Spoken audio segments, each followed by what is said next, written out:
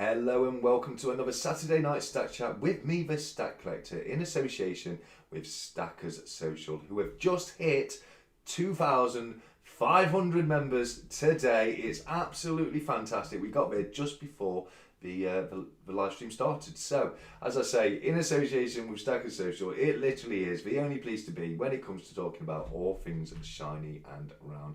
And I have the absolute pleasure of being joined tonight by a guy I did a live stream with a few months ago on the Vegas Stacker channel, and I also appeared very briefly as a cameo on his live stream earlier today. He really is a wonderful guy. His name is Blue Collar Stacker. So without any further delay, let's get him in and say a massive hello to Blue Collar. How you doing, mate? You well? Oh, doing well, doing well. I'm trying to find out where I can view the chat. Oh, there we go. Nope, that's not it. Oh, here we go. You'll have to open. Yeah, you'll need to open YouTube on one of your devices. Oh, I see. Okay. Yeah, just make sure the volume's turned off. But I'll keep an eye on chat if we've got any questions, etc. We'll do questions in a bit, guys. We'll get through the spot price and everything first off, if you don't mind holding, as per usual, and then we'll do a bit of a chat and a Q&A in a little while after we get that past those. But to get things started in the usual fashion, let's have a look what's been happening in the world of precious metals in the last few weeks. Oh, 365 days of silver. Have a big fat thank you right there. He says aliens. And he's popped a £5 super chat across. I'll tell you what, guys, I'll apply the same rules as I've started on my Monday night auctions now. Every pound I get on a super chat guarantees that I will not sing for 1 minute. So you will have 5 minutes of no singing whatsoever.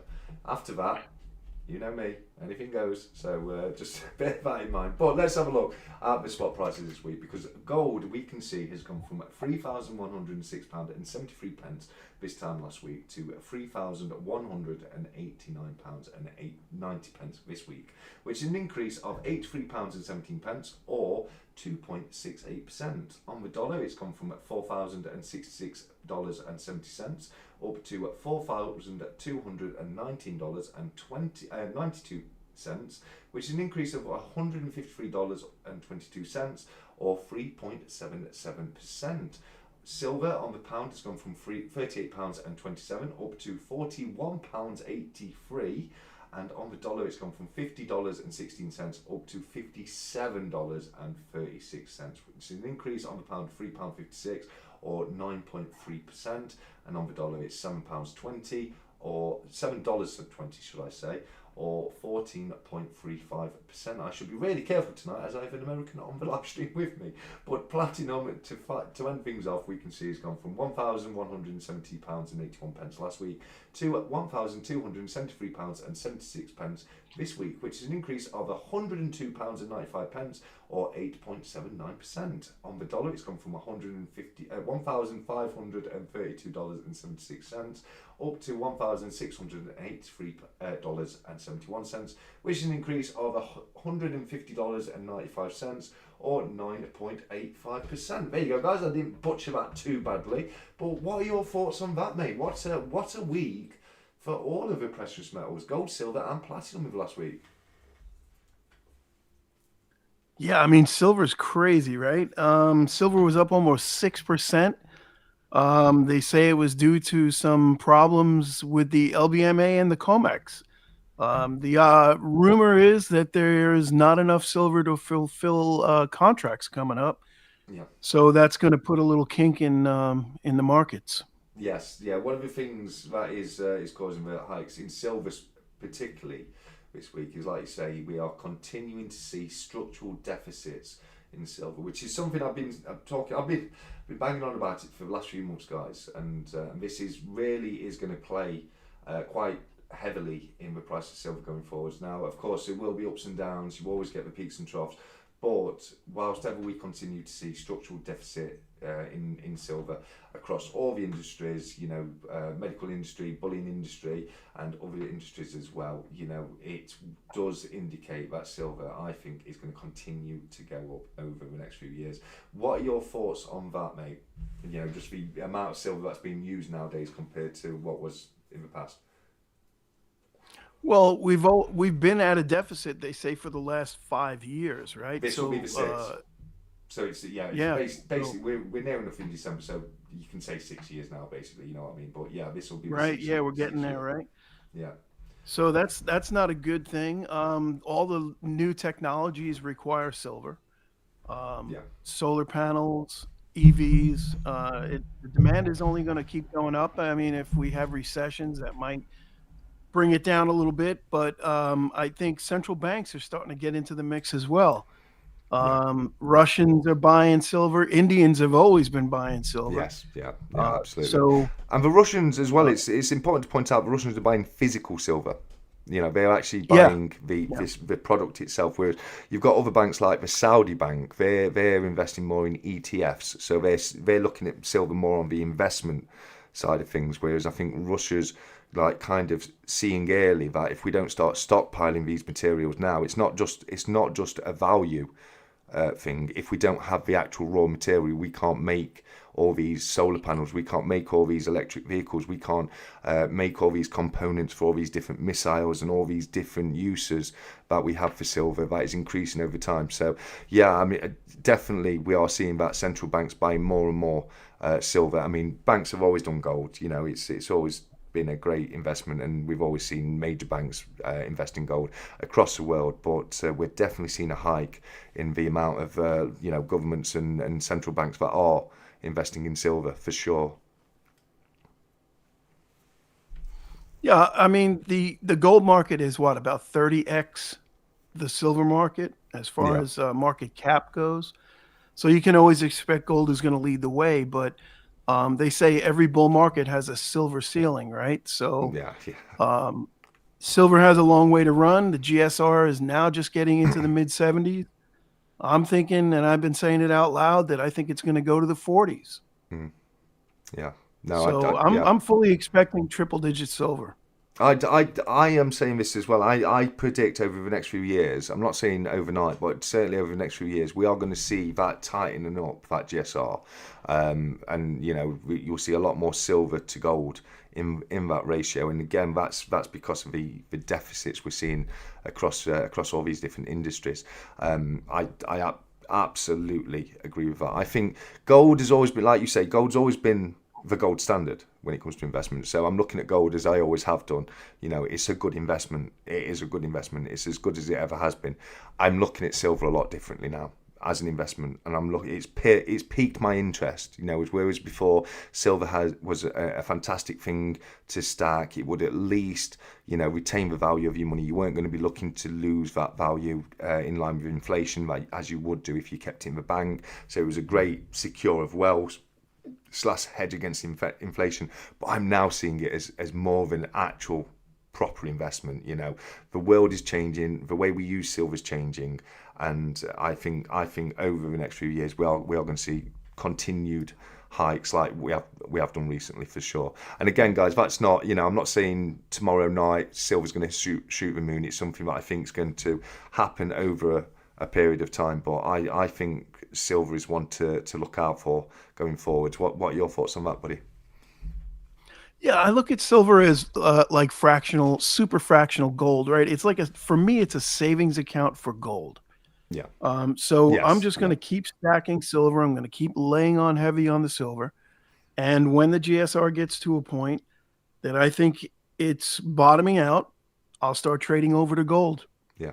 And a lot of people do that. That's what a lot of people do. They buy the silver because it's easier to get hold of. You don't have to save as long. Obviously, you know, if you're looking to save money up for a gold coin, the real danger there is dipping into it, isn't it? You know what I mean? It's being able to actually not touch that money till you've got enough. It can be very difficult. Bills come through the doors, your car breaks down, whatever happens, and you end up dipping out to it. But once you've locked it into silver, a lot of people do that. They let the silver build up, and then once they've got so much silver, they look to convert that into gold then. So yeah, I see that a lot in stackers. It's not something I do myself because I'm more, you know, I love the collectability side of stacking. I love the fact that you can get all these different design bullions.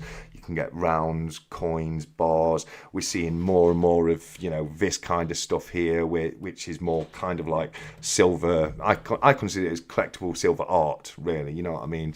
So yeah, I won't ever look to, you know, transfer my silver into gold, but I do know a lot of people that is, that's a very solid plan for a lot of people for sure. So what we'd like to do for fun, and it is just for fun because we're not fortune tellers and we're not financial advisors, but what do you think is going to happen in the next 7 days when we look at the spot prices next week? What do you think will have happened there? Well, I think in the next 7 days, we're probably going to see a continuation of the run that we saw on Friday early on. And then I think we're going to see a little bit of a pullback. Yeah. Markets can't go straight up, right? So when the New York market opens up, Monday, it really wasn't open. I mean, it was, but it was no liquidity involved Friday. When it really opens up for real on Monday, I guess we'll find out pretty quickly what's going to happen. Yeah, I agree with you. I think we saw a lot of movement Friday. It literally shot up and then shot up again, didn't it? So I do absolutely agree. I think we're going to see a little bit of a pullback, early week. It might go a little bit under than what it will eventually settle at, and then we'll see a bit of pullback, then a bit more of a rise. But I think this time next week, I think we're going to see maybe a small, a small drop in the value, just because of how quickly we saw it go up on Friday. So yeah, I agree with you there. I think that's a good call on that, but we will find out in 7 days' time as we will look at the spot prices again next week. And thank you very much for your opinion on that. I think you shared some great views on that, buddy. But we'll move on very quickly because I've got some stuff to get through tonight, guys. I've got a couple of bits to open. We've got duck race galore tonight, guys. We really have. And I've also got to keep an eye on a couple of things ending, because one of the duck races we've got is for the liquid metal pieces that I showed in the video throughout the week. What's going to happen with those? The giveaway bots in Stackers Social will pick 3 winners very, very shortly. Let's have a look how long's left on that. In about 50 minutes time, so about 8 o'clock-ish, we're going to see who won the giveaway bots in Stackers Social, and then those 3 people are going to be put in a duck race. The first person to win gets the 1 ounce piece, and then we'll take that person out, we'll rerun the race, and then whoever wins the second race gets the ½ ounce Santa, and then whoever is runner up to the second race will get the 10-gram polar bear. So if you win one of the giveaways in Stackers Social, you are guaranteed to win something. That is still open, guys, if you haven't entered as of yet. There's the link for Stackers Social. Get over to the giveaway bot room and just smash those confetti icons, because as I say, you've still got 50 minutes to be in on that one. Now, we'll be closing in a couple of minutes actually, is this round of Stackers Showdown. So we've got the poll is they have closed, guys. Here we go. So let's end this one. Let's have a look. How do I end poll? End poll now. There we go. Fantastic. So the group winners in this round of Stackers Showdown, which of course was poured pieces. In Group A, GSH has taken it with 53%. In Group B, 𝗵𝗵𝗁 is taking it with 27%. And in Group C, Silver Stag Stacker has taken it with 51%. But, guys, as you know, it's Highlander rules. There can only be one. So let's do another poll very quickly. We'll create a poll and we'll put in who had the best poured pieces, and there we go, and that was 𝗵𝗵𝗁, GSH, and Silver Stag Stacker. Let me that will come across here so you can see Silver Stag Stacker. There we go, guys. Right, we'll have that open for, what should we say, we'll do it on an hour, because I want to we want to see the winner tonight, and I don't think we'll be going for 4 hours because I've got the Yorkshire Coin Fair tomorrow. So get on over to the Stackers Showdown room, guys. Go and get your votes in. for who had the best pod pieces. It's between 𝗵𝗵𝗁𝗀𝗃 GSH and Silverstag Stacker. And we'll bring you back over to the studio there. So, as I say, we've got the 2 duck races for the liquid metals. We've got the normal weekly duck race. It's the last Saturday of the month, guys. So we've got the members only duck race as well. And I've been sent a package here from Brits and Sovs, who's going to be doing his own duck race that we're going to be doing later on as well. So, same as I say, duck races galore, guys. But before we get to that, let's have a quick look at what the Royal Mint are trying to flog us this week. And what we've got right here is the final piece of a little mini-series the Royal Mint have been doing, and that's the Norse Gods.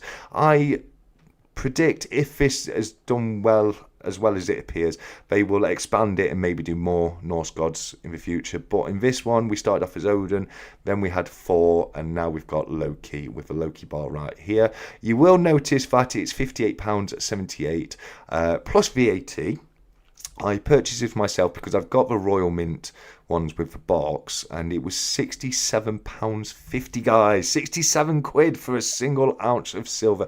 It hurt to do, but I had to get it for the because it's last in the set. But there is a cheaper version which has the packaging made by the Germania Mint, so that is always an option as well. But what are your thoughts of this one, Blue Collar Mate? What's have you seen the other bars as well, the Odin and the Thor? Yeah, I've seen them all. Actually, Vegas Stacker had bought a whole case of the Thor bars a little while back. I'm not sure what he paid for them, but I'm quite sure it was not that high. Yeah. But yeah, he has a whole case of the Thor bars. I'm going to have to put the bite on him for one of those. Yeah. No, they are nice bars. Don't get me wrong. I like it. I'm not sure about how they've made Loki look, to be honest with you. I'm not sure if that's how I imagine Loki in my head, but they're great. They're good bars, nice designs to them. It's a shame that they charge you such a premium for the colour of black and red on the packaging, because the only difference literally is the packaging. Yeah, it's a nice little series. Good, well done to anyone who was able to pick up the antiqued version. The antiqued versions of these sell out ridiculously quick, and then they go up for hundreds of pounds on the secondary markets. So well done to anyone who did get that. But this is pretty much the only new release this week. We looked at the Victoria coin last week, and that's the latest one of the commemoratives. So as I say, the Loki bar is now available, guys, and if you're into that little series, there you go. I know a couple of people were wondering when that was going to be released. But that's the new releases done for the week. So, mate, let me ask you, can you do me a favour? And for anyone who doesn't know who you are, shame on you if you don't, because you do you do 2 fantastic live streams every week. But do us a favour and just introduce yourself for anyone who isn't aware of who Blue Collar Stacker is. Well, I'm an old guy. I'll be 60 next week. So I'm a late bloomer in the stacker community. You've just blown my mind. I'm sorry? You've just blown my mind a little bit there. Does Blue Collar Stacker sound like a 60-year-old, guys? No, he doesn't. I thought he had 10 years on me. You sound like you're in your 30s, buddy. Well, thank you. I appreciate that. I wish I looked like I was in my 30s. Apologies if but just yeah, I got out. a countdown. So, sorry if we've just glitched. We had a little blip of the connection there, but no, you've just blown my mind there, mate. Sorry for interrupting. No worries. Yeah, so I started stacking late. I started stacking about a little over 2 years ago. Britannia was my first purchase, believe it or not.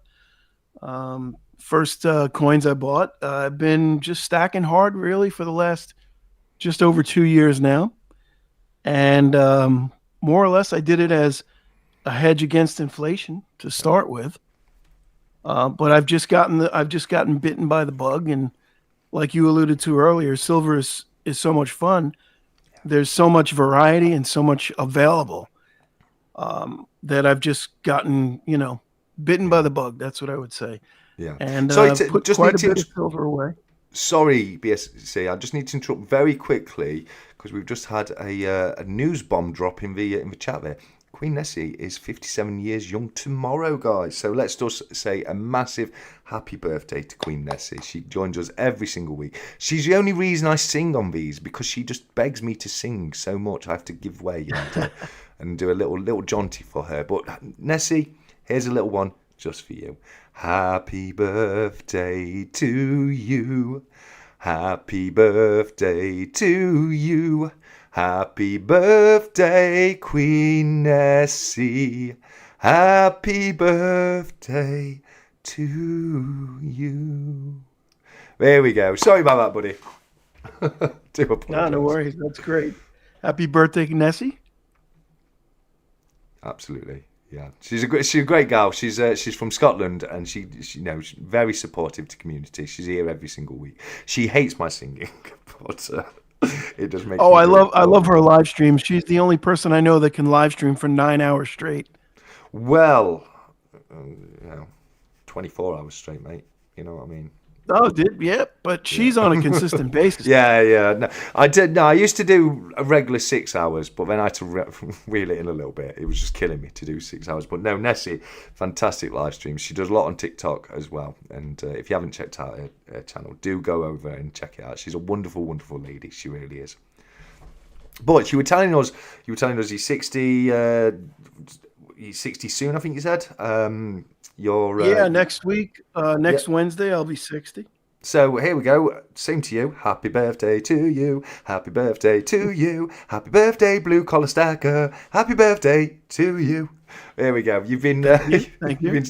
You've been stacking for a couple of years. Initially, it has a bit of a hedge against inflation, and then the silver bug bit you hard, and you got into the the more collectible side of things. And I agree with that, and I think we see it a lot. A lot of people start off, true blue stackers, and then it's just so easy to get drawn in by all these different designs, all these different mints, all these wonderful pieces that we have on the market. I have been saying for a little while now, bullion is the new collector's game. It's where it's at when it comes to coin collecting, etc. And there's some fantastic pieces out there. But to put you on the spot with the first question of the night, mate, what is your favourite mint? What is my favorite mint? That's a great question. I'm partial to the Perth mint, just because the amount of variety that they have. They have so much variety available in so many different series. I would have to say, that's probably the easy answer, but Perth Mint, Royal Mint is in my top 3 for sure. Well, apart from the Scottsdale. Scottsdale, yeah, absolutely. I just want to say before you go on, you say Perth Mint's an easy answer. I think they make it an easy answer by being such a fantastic mint. They are a lot of people's favourite, and I think there's a good reason for that. We've seen some fantastic pieces out there. One of my, Perth Mint's up there for me. The other one that's up there for me is one you've just mentioned, Scottsdale. The Royal Mint, I'd love to agree with you more on that one. I think, this standard bullion coin we have, the Britannia, is a beautiful coin. It's got a beautiful design. It's got fantastic security features. But some of the designs recently have been a bit hit or miss with the Royal Mint for me, unfortunately. And then, like we spoke about earlier, you've got the price. Oh, Joker's wild. Let me give you a big old thank you. Oh, here we go. First singing ban in place. I'm not allowed to sing now until past, which is a shame because James, buddy, I was going to give you a quick happy birthday as well, but I will say happy birthday for you, James, who's the day after you, BCS. He's 60 on the 4th. Oh, interesting. Very interesting. 60 on the 4th. Yeah, literally day after you. So there you go. And he's a great guy from over stateside, James is. He's a wonderful chap. So there you go. Happy birthday to everyone who's got birthdays coming up. But yeah, so sorry, you were saying, Perth Mint, Royal Mint, Scottsdale. Any others you would add to that list? Oh, I'm sorry. I was reading James Reel's comment. Could you repeat? I'm sorry. Oh no, I was just saying, you mentioned the Perth Mint, the Royal Mint, and the Scottsdale Mint. Are there any others you would tag on there? Yeah, actually, there one that's local to me is the Golden State Mint. I love their, it's more, it's more basic stuff, but they have a great variety and their prices are fantastic. Yes, yeah, I'll agree with that. I absolutely will agree with that. And I think a lot of people will have seen Golden State Mint stuff, even if you didn't know. it was Golden State Mint stuff, because they don't massively advertise on their stuff, do they? They don't even, you're not necessarily going to see GSM or Golden State Mint on it. They do a lot of the so when you get the bullion versions of things like the Indian head, or you know the bullion version of the Morgan dollar, things like that, a lot of the time they're created by the Golden State Mint. And you're right, they have a lot of variety, and they're well priced as well. So a good call on that one, actually, mate. Yeah, and good quality as well. And one of the other reasons I love them is they're 2 hours away from me. I order today, and a lot of times I get it tomorrow. There you go. There you go. You can't go wrong, can you, at that? Do you know what I mean? No, they ship it right out FedEx, and bam, it shows up. Because it's nothing worse than having to wait for bullion purchases. More so when it's gold than silver. But you know, whilever it's there and it's not been delivered to you, like, oh, what if it's gone missing in post? You know, what if this has happened to it? All that kind of thing. So you know, getting it next day, you cannot go wrong on that. So when we look at the Perth Mint, the Scottsdale Mint, etc., what's your favourite that the Perth Mint do? I like the Year of the Dragon, you know, the Year of the Horse, those the Lunar series. The Lunar series. Yeah. But really, I love the Perth Mint. Yeah. But the Royal Australian Mint puts out their own versions of all those coins, and they are fantastic. They're much better, actually, I think, than the Perth Mint. Okay. Okay. If you have a chance to grab some of those, definitely do so. Yeah, I've got a few bits from the Royal Australian Mint. My good friend Jim from over in Australia sent a couple of bits across for me as well. And I think, to me, they're both great mints. Don't get me wrong, they are both great mints. But the Royal Australian Mint seems the stuff's a little bit more serious, or the designs are a little bit more serious and a little less fun as the Perth Mint stuff. I don't know what your opinion is on that. Well, I think the design is just more subdued. You know, it's not so shiny, reverse proof, and everything. It's less blingy. Let's put it that way. Yes, I think that's kind of what I was trying to get at, for sure. Yeah, for sure. Me personally, the two big ones out of the Perth Mint that I really like are the Dragon Coin Bar series, which we've now got 1, 2, 3, 4, 5, 8, I think now in that series. Started off in 2018, and the other one is the 𝗂𝗂𝗋𝗄𝗃, which is another, very popular series out of the Perth Mint as well. But like you say, I don't know of anything. I do the quokkas as well. I do like the quokkas. Really, really cute little animals, quokkas are. But I can't think of anything that I don't like from the Perth Mint. I can't remember. No, I've got several swans and emus and kooks. Several kooks. Trying to think of all the other things like the saltwater crocs, the great white shark, the crocodile. Yeah, dolphins. We did the dolphins as well. Yeah, there's so many. Killer whale. Killer whale is Canadian, actually. Yeah, I can't remember. I don't think I've seen that one from the RCM, to be fair. But I believe that's Canadian. And Royal Canadian Mint is right up there on the top of my list as well. I have I have a particular penchant for a Canadian coin. I do. I've got a date run of Canadian half dollars, silver half dollars. I've got. I don't do a date run of the dollars, but I've got some very nice dollars. I've got some very rare dollars as well, with mintages down to like 22,000, which are absolutely fantastic. And I'm a big fan of mayples, and I think there's a lot of good stuff coming out of the Royal Canadian Mint as well. But Scottsdale, I won't go through all the mints we mentioned, but Perth Mint and Scottsdale I'm particularly interested in. What's your favourite thing? And I think this, to be honest with you, I think this is a harder question. What's your favourite thing that Scottsdale are doing? No, that's a great question. I actually have a 10-ounce Scottsdale Buffalo bar. Okay. That I think is my favorite piece from them. It's a beautiful bar, buffalo on one side, native on the other side. Just a gorgeous piece. Yeah, sounds nice. Sounds nice. I do the Alien. What's it called? The Alien Attack series or whatever it is. If you do an alien coin every year, I've got them. They only started them a few years ago, so it's a very small series to catch up on. I think Perth Mint, I've the one to go to for series, but Scottsdale's more independent releases, aren't they? Where it's not really part of a series. They do, of course, do series like the Coloured Dragon bars they did recently. But you know, when I really think of the Scottsdale stuff, I really like. I start thinking of stuff like the Marquee bar, you know, the Peacock bar they did, or you know, the Vortex bar. Big fan of the Vortex bar. I call that the bar of 2023, and I stand by that. The Vortex is still one of my favourites to this day. The St. Michael bar. There's some beautiful, beautiful pieces that have come out of the Scottsdale Mint. So I cannot fault you for any of the answers there. But if I was to ask you, you know, is there any mints out there that you're not particularly fan on? You don't really like what they're doing, and you try and avoid them. That's a good question. That is, well, I mean, the U.S. Mint, I like what they do. They just don't do enough in my mind. Okay. There's so much that they could be doing. But I picked up recently at the Las Vegas Coin Show, I picked up a flowing hair medallion, flowing hair medal. Yeah. And I got it right now. It sounds like it's for a song. I got it for $60, believe it or not. I mean, it's a $200 piece anywhere you look, minimum.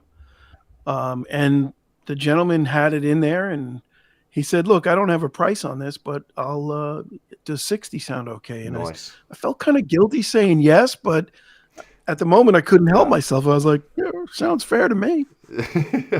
Yeah, I've had that before. I think True Legends was with me, and I went to a guy's store. I saw a really nice. It was a 2.5 golden coin, but it was the 𝗂𝗂𝘀 version, not the Netherlandic.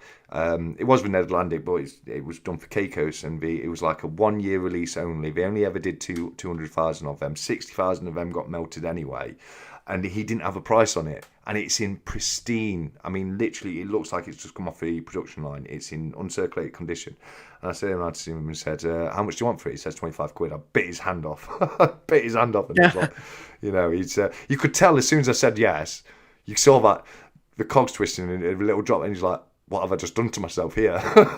Like, no, I'm 25 quid, mate. Fair enough. Fair enough. But you do see those little gems come up every now and again. You know, another one for me was.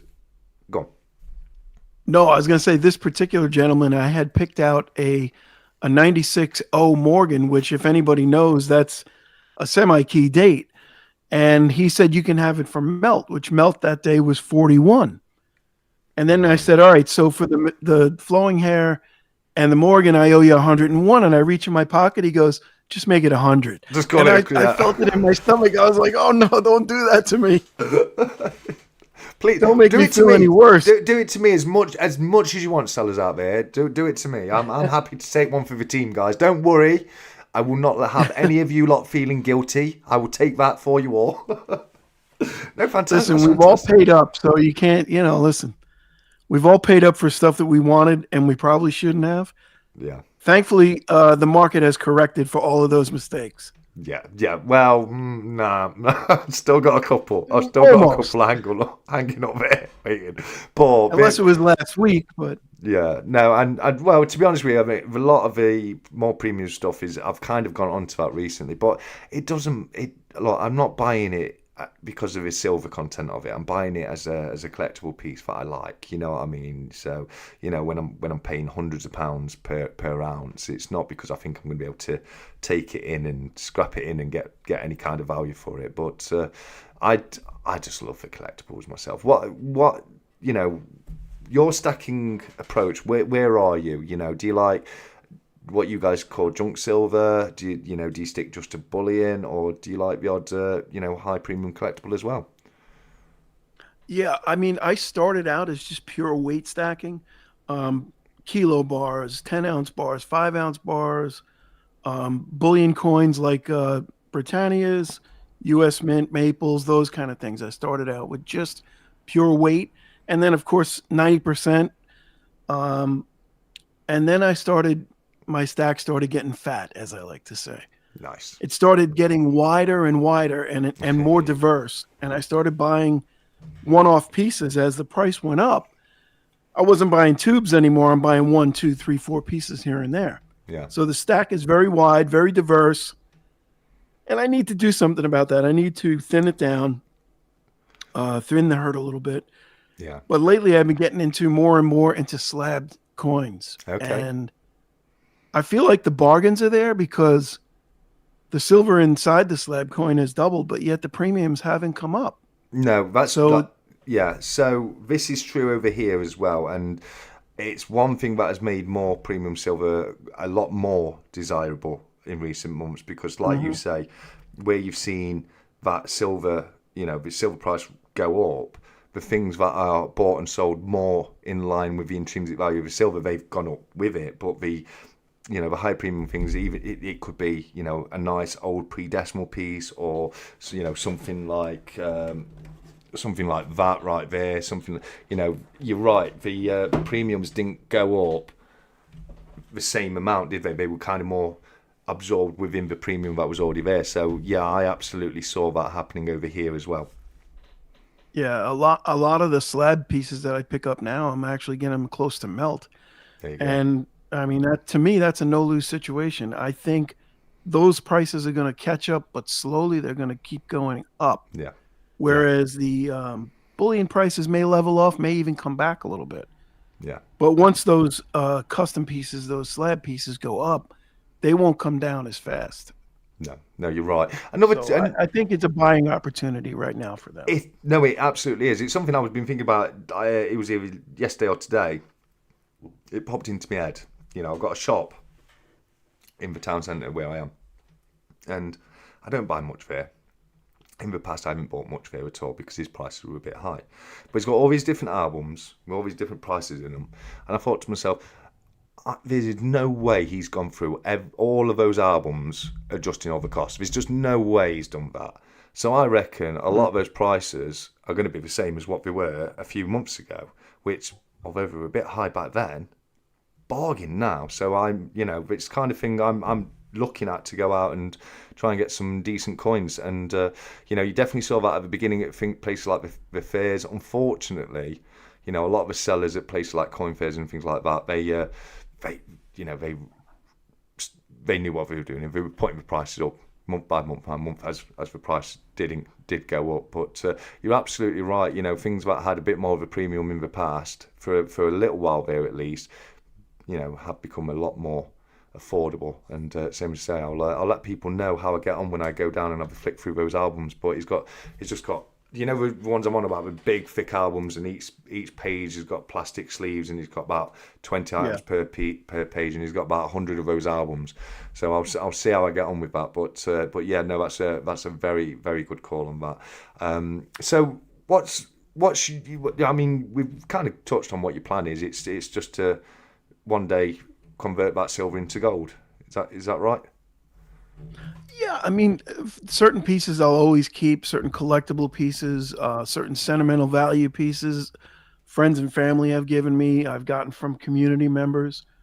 Yeah. Those I'll never get rid of, but other silver that I have, I would say when the time is right, I'm going to start converting it over to gold, little by little, and just play that ratio.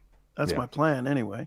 Yeah, I don't follow you. I really don't. And what you spoke about earlier about maybe getting a few more of the same kind of thing is definitely helpful like that for things like that. Now, one thing about my stack is it's very difficult for me to sell anything because I haven't got multiples of this and multiples of that. If I sell an ounce of silver, it's a design I'm losing out my collection. It does make it a lot harder to liquidate. That much certainly is true. But buddy, before we go on any further, do you mind if I do the first little unboxing I've got? Absolutely, go for it. Awesome. So this one right here, and I do believe he's watching. He's not going to be in the chat much tonight, and that is Jack Stacks, and I can tell that by the address on the envelope. Jax, if you're there, mate, I hope you're okay, buddy, and I look forward to having you back with us in the chat next week. Let me get my knife, and we'll have a look what's in here. I'm not sure. He might have mentioned what he was sending across. I've got the memory of a goldfish. Let's have a look. There we go. Right, okay, we've got a letter. And it says, to the Stack Collector, here's some of my new poker chips to put in your duck race bundles. I heard you say you were getting low. Please make sure you take one for your poker chip collection, from Jack Stacks. Jack, my friend, thank you so very much. I really do appreciate it. And let's have a quick look together, guys, at his new poker chip. Look at that. Jack Stacks right there. Fantastic. Got YouTube right there, and same design on the other side. So, I've been told I'm allowed to keep one for my son, so that's going over there. And we'll put one right there with that as well. So, that is from Jack Stacks. There's a little package of them there. We'll keep that for future giveaways and duck races, etc. And Jack, as I say, mate, thoughts with you, and I hope you're well and back with us next week. So, thank you so much, Jack Stacks. We'll do another one really quickly, and we'll see if there's a letter in this one. There's a sealed envelope. So look. So I can see this has come from 𝗖cie𝗺𝗺𝗺𝗀, aka Edward L. Here we go. Show my address to everyone there. So we sent me. I know this is from 𝗖cie𝗺𝗺𝗺 because I recognise. Here we go. I recognise his sticker design there, so it looks like you've got a key ring and a poker chip. So we'll pop one of those in the duck race bundle right there. I'll pop the remainder of those there, and we've got a couple of other little parcels to open. Have I just? No, I haven't. I'm fine. So this one says 2 TSC on it. So let's open this one and have a quick look at what's inside. And got a nice little bundle of goodies here, 𝗖cie𝗺𝗺𝗺𝗺. Thank you so much. And a handwritten letter which says, "Hi TSC, hope everything is going well. Really enjoying tuning into your weekly stack chat. The duck races are certainly great fun. Thank you very much, mate. As promised, here are some of my new poker chips and a few bits for your giveaways. I picked the cataclysmic copper round for you. It's one of my favourite designs. Hope you like it. Thanks for keeping the madness going every week. Hopefully we'll have the pleasure to meet you in person in the future." Well, I really hope so, mate. All the best, Edward. And that's from Edward L, aka 𝗖cie𝗺𝗺𝗺𝗺. And if you go into the Germany coin fair in January, you certainly will see me there. And look at that, guys. That's fantastic, isn't it? That's brilliant. Brilliant little card. Wow. Card there. Wonderful design of that, mate. We've got a cleaning cloth right here, which will come in very handy for things like my cameras, but not for my coins. But thank you, mate. I appreciate that. He sent me one of his stickers as well, which will go into my my little collection book of stickers. And let's have a look. I've got one of the poker chips and key rings, etc. And just look at that in Taglio mint. I'll show you better. Perfectly copper series, and you got a little cat there. I love that. Check that out. Cat, they're planning it, guys. Don't think they're not. The cats are planning to take over the world. We've got a little cat there with his paws out, lightning coming from it, and a mushroom clown coming from the ground beneath. And I think that's what all cats are planning to do to us. I do have a cat myself, and it's an awesome little cat. But Edward, mate, incredibly generous of you. Thank you so very, very much. That is very, very kind. Let me pop that there, and then we've got a couple more to open. So this stuff I think will be for the giveaways. And open it up. Always look at this, guys. You've got some more silver in your duck racers. You've got an Edward L sticker. He sent a few of them across. That's fantastic. He sent me. It looks like 4 grams of silver. So one of those will go in this week's duck race, and they'll follow. The others will follow in future duck races. And then there's one of those awesome designed cards as well there. So 𝗖cie𝗺𝗺𝗺𝗺, thank you, and Jack Stacks, thank you so very much. Oh, I'm not finished yet. Sorry, I do apologise, guys. There's me knife. Here we go. Honestly, I'm blown away by all the generosity when people send stuff across for the giveaways. I can't tell you how much it means to me, guys. I really, really can't. This is insanely generous. It really is. It looks like we've got some copper rounds here. And, sorry, just trying to get them out of the. There we go. Oh, some really, really nice designs here. So that's that. You know, BCS will tell us straight away that's from the Peace Dollar. That one is, isn't it? You can see it says Peace. It is, yeah. And if we flip it over, yeah, there you go. That's Lady Liberty from the Peace Dollar as well. So very, very nice little piece there. I wonder if this piece has come from the Golden State Mint. It's certainly the kind of thing that they do, isn't it? And I know where this one's come from because that's Geiger. We've got the Schloss Goldengosser there, which is the Geiger HQ. Another one of those. And a couple more of the Peace Dollars there. So we'll pop one in this week's giveaway, and I'll put the others for future giveaways. And I'll just move these few bits out of the way here. So I've got room to move. But both Jack Stacks and Edward L, thank you so very much. I can't tell you how much that means to me. And yeah, we've got a few more extra pieces for the duck race tonight, guys. We'll go through that in a little while's time. Just tidy my stuff up. Awesome. So, you know, we've touched on, you know, the kind of stuff you stack, what your plans are, that kind of thing, and how long you've been stacking, which is a relatively short period of time, 2 years.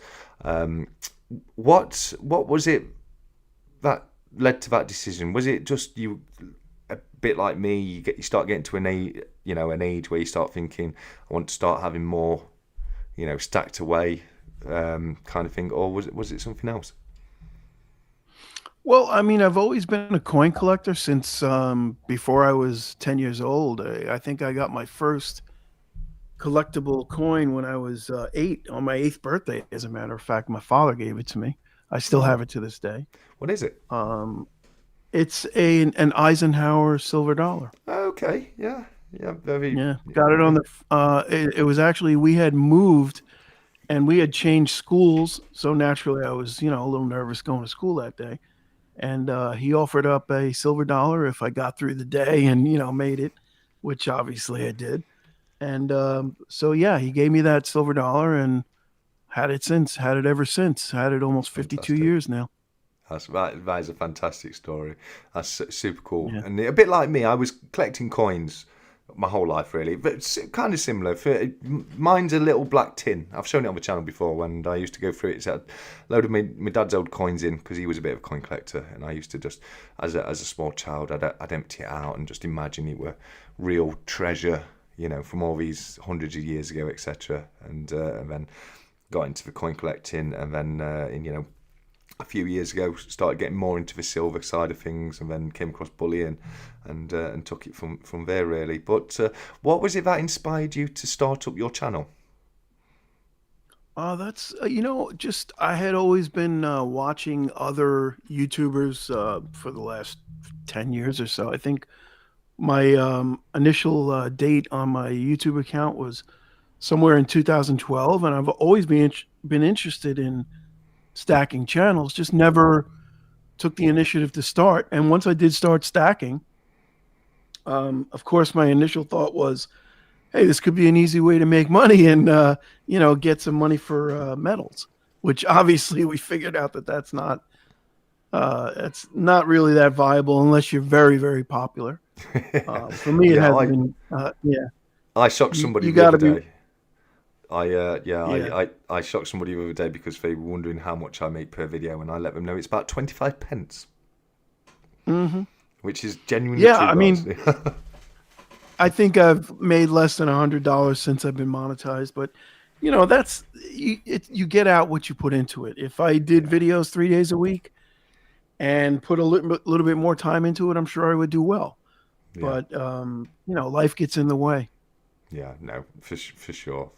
But you're definitely right. There's not a lot of money to be made out of YouTube unless you're very, very popular. That much for sure is true. But I'm glad you did. We're all glad you made that decision, and you know, you're continuing to do what you do, and you've got the 2 live streams every week. If people weren't aware, do you want to let them know when they can catch you live? Yeah, absolutely. We do a show called Saturday Morning Chill, which you're aware of because you've been on it a couple times. Saturday morning, 7 a.m. Pacific, 10 a.m. Eastern, 3 p.m. Greenwich Mean. Yep. and then we do a show on Monday night, which wouldn't work for you guys except Diaxis. He's always finding his way in there. He's a late sleeper, a late person, late night guy. But that's at 10 o'clock. I'm sorry, 9 o'clock Eastern. So that would be 2 a.m. your time. Okay. And it's either on my channel or it's on Vegas Stacker's channel. Yeah. But, you know, people can watch it back if they're not awake at 2 a.m. in the morning. If you've got insomnia, crack on. Get involved and have some fun. But if not, you know, watch them back afterwards. They're a lot of fun. They are a lot of fun. I very, very briefly popped in today just to let people know that Blue Collar was coming over here tonight. And I wish I could have stayed longer. It was we were having a good old laugh over there, weren't we? Yeah, we were. We've been doing a little bit something different. We for the longest time we just had one guest on, but now what we've been doing is kind of leaving it open. Throw a link in the chat. Come on up, tell us your story. If you got a gripe, give it to us, or just come up and chew the fat, or for a little chin wag, as we say. Nice one. I've been offering people to come on here and let me know if you want to come on, and nobody's ever taken me up on it, guys. So shame. Oh yeah, we had 6 people on screen today, and Monday nights have been really, really good. I mean, we went 4.5 hours, I think, on Monday night last Monday. Fantastic work, right? It's fantastic work. It really is. Yeah. So we won't be going for 4 hours tonight, but to be fair, I've got Colin Fair in the morning, and you've already done a live stream today, and I know how difficult it is to do that back to back because, as you say, I've been over and done the Saturday morning chill with you guys, and then had to come straight over here and do this, and it does take it out of you a little bit. But we're going to be going for quite a bit longer. Let me have keep a quick eye on these polls. Where are we? Let's have a look. So at the moment, Silver Stag Stacker, guys, is in the lead with.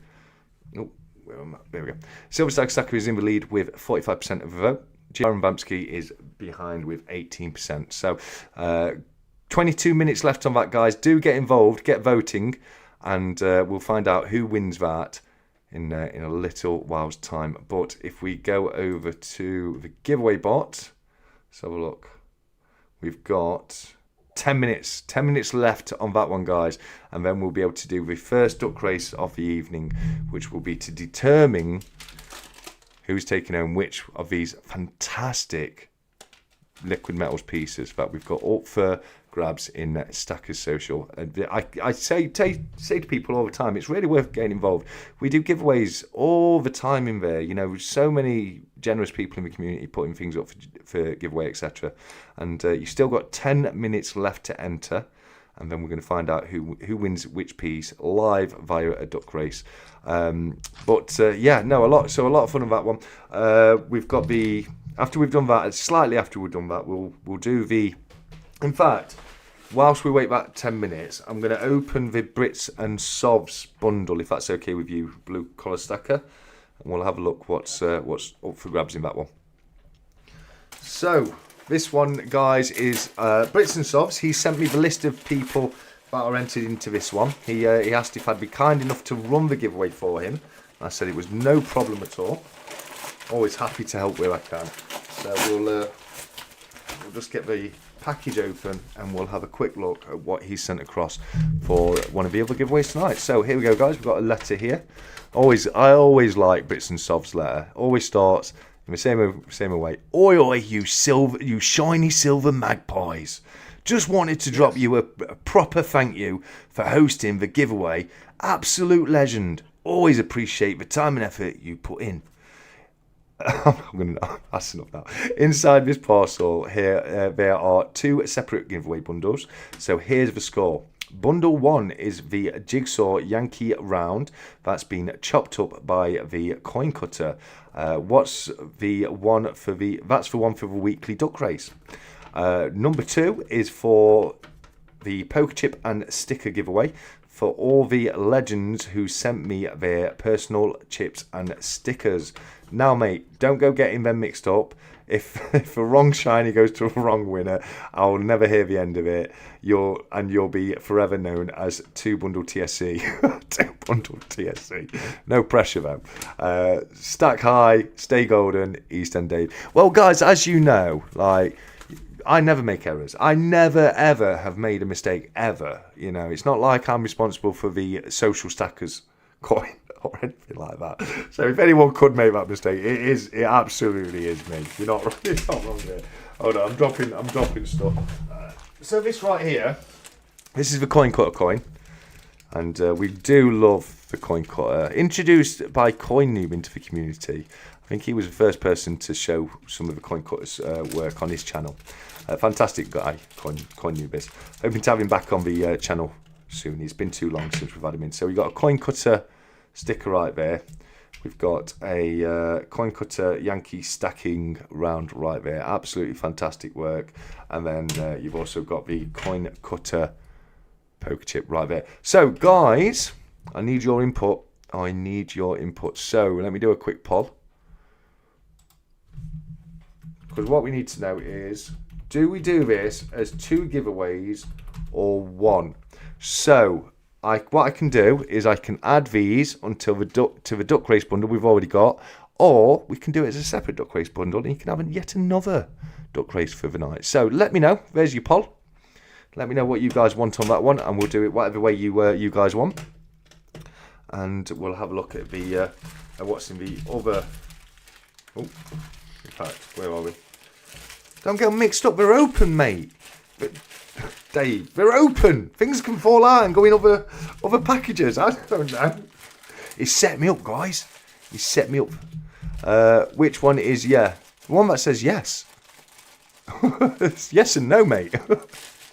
But yes. Oh, okay. So yes is. Should we do it in 2 or 1? Yeah, 2 or 1. Yes. Yes. If you say yes, we do 2. If you say no, we do 1, guys. All right.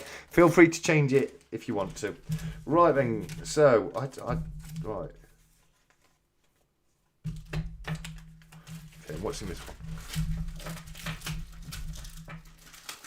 It's confused me, guys. It's done it.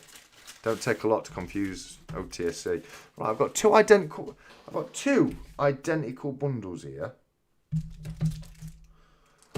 I'm going to be known as 2 Bundle TSC for the rest of my life, aren't I? Come on. Let's go back to the instructions. Right. Bundle 1 is the jigsaw Yankee that's been chopped up by the coin cutter. That's one for the weekly duck race. Okay. That was loose in the package, so I don't know which one that was supposed to be in. Bundle 2 is for the poker chip and sticker giveaway for all the legends. Okay, right. Brits and Sovs, you there? East End Dave, help. any have to shot. What am I doing here, mate? As far as I can tell, they're identical bundles. I don't know what to do. I think the only difference will be the coin. But that had fallen out. I don't know which one it's supposed to be in. I don't know. Right. Yes for 2, no for 1. I messed that up as well, guys. I mess everything up, I do. Right. So.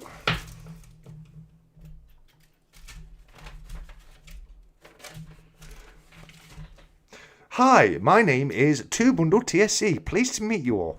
Please refer to me as 2 Bundle TSC from now on because I failed. I failed in this.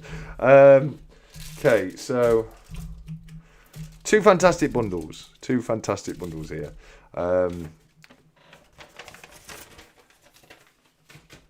Blue collar, come back on. Help me. Yeah. I don't know what I'm doing here. It's done me over. East End Dave set me up. It's set me up. So I'm going to do them as 2 different bundles. So this bundle right here, which has got 2 packets of Haribo, it's got stickers and poker chips and a couple of copper rounds, 2 BTSC for sure, and a couple of lollipops. That's going to be 1 bundle, and then we'll do it as its own race. And I'll just enter the same people as entered the giveaway. That's exactly the same, but it's got the coin cutter So the coin cut. Okay, so the one he wants is the. One is a jigsaw Yankee round. Bundle one that's been chopped up by the coin cutter. That's one for your weekly duck race. Right, I think I've got it, guys. I think I've figured it out. Just send all the chips to 7. Yeah, there we go. Hey, kids and grown-ups, love it show. It's the happy word for Happy-Bow. But where's my sacrificial packet of Haribo? How do you expect me to get all 4 of these packets of Haribo into the post people without devouring them first? No, they're not for me. I'm not going to do it. I'm not going to do it. One of the coins was loose in the package. It's fine because the coin that was loose is the coin cutter coin, and he said that's the one that goes in the weekly duck race, or we're going to do it as a separate one. So we got two winners tonight, and then the other one is just for everyone who sent across his the poker chip to Eastern Dave. What's a coin noob? Speak of the devil, and he shall appear. How are you, my friend? Well, we were just talking about coin cutter, and I was saying how you were the first person to show his fantastic coin puzzles on in the community, and then I got really confused because I had to choose 2 things. It's not hard to confuse me, mate. But yeah, no, I think I've got it now. So that one's going to be its own bundle with the coin cutter. We'll do that based on the duck race list I've got. What we'll do is a separate one.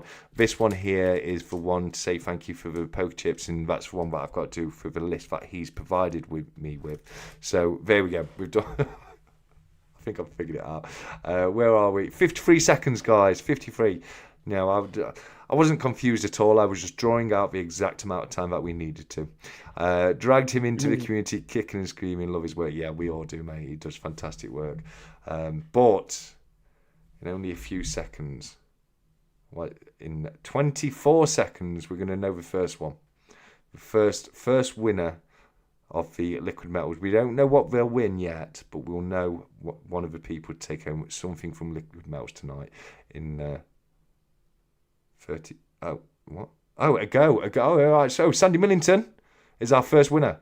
Sandy Millington is our first winner. Franny is our second winner. Congratulations, Franny. And we're just waiting for the last one to end in a minute's time. So well done to let me take you over so you can see. So well done to Sandy Millington, well done to Franny, and we're just waiting now. Sorry about this BCS, mate. We'll get you back on very, very soon. No worries. Go for it. I'm enjoying this. Here we go, and it's 𝗵𝗶𝗶𝗃. I don't know how to say that. 𝗵𝗶𝗃𝗃. Yeah, I think that's right, actually. 𝗵𝗶𝗃𝗃. So then, now what we have to do is we have to find out who's going to win which. So let me go over to the duck racers. Here we go. I'm signed in. Names are. Let's edit that list.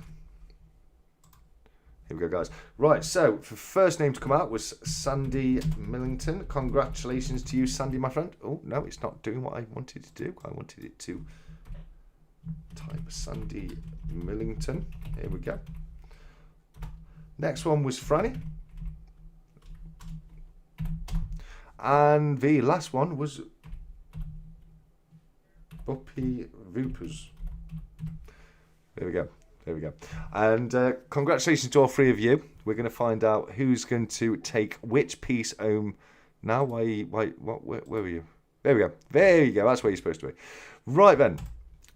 As the guest, can you do me a huge favour, Blue Collar Stacker, and just let me know how long you think this race would last? Oh boy, that's a good one. You got me on that. I'll say 2 minutes. 2 minutes. We'll do it. 2 minutes. Is that too long? Too short? No. I say between 1 and 3 is ideal. So that's fantastic. Oh, so then that's ideal. 2 minutes is perfect. Yes. And guys, as per usual, I want you to give me the shuffle numbers. But yeah. Come on, let's see. What number is it going to be? Come on, how many shuffles, guys? Pie. There, 2. How did I know it was going to be 2? Stu, if only you could have been in and just that second quicker. Right, here we go. 2 shuffles, 2 minutes. It's all 2, isn't it? Oh, Batman. We've got Batman Duck. Love to see it because I'm Batman. We've got Clown. Hey, we've got Batman and Joker in the same race.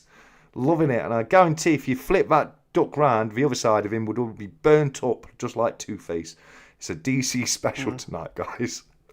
Here we go. Was gonna say gotta be 60 seconds for blue. Oh, that would we've got more duck races to come, so don't worry. I will time one of them at 60 seconds in honour of Blue's birthday coming up. But Blue, if you can do me a favour, mate, you're my boy Blue. Can you give me a countdown from 3? And as soon as you say go, I'll get the first race on the go. All right, here we go. 3, 2, 1, go. And they are off, and straight away it's Batman just in the lead with Two-Face trailing in second place and the Joker in third place behind him. It's not as much going off when there's less ducks in the race. I get a little bit more of a chance to sit back and relax and we watch them meander their way down the course. Right now it looks like it may just be Sandy Millington in the lead as Two-Face Duck, but 𝗵𝗵𝗆𝗃𝗃 Batman Duck is still hanging on in there. The Joker's not doing so well with Franny, but closing that gap a little bit there now. We've gone through the first quarter. We're in the last minute and a half. It's Sandy Millington. Batman's gone all the way to the back, but the Joker's doing well. It's between both Joker and Two-Face at the moment. Can go anywhere though, guys. It can be anybody's race right now. That's not a duck, it's a penguin. Oh, we could have gone with penguin. That's another one. But I'm saying the side you can't see is all burnt up. If you could see it, you would know. So it's Two-Face for me. Oh, Two-Face is pulling back a little bit. We're coming into the final minute of the race.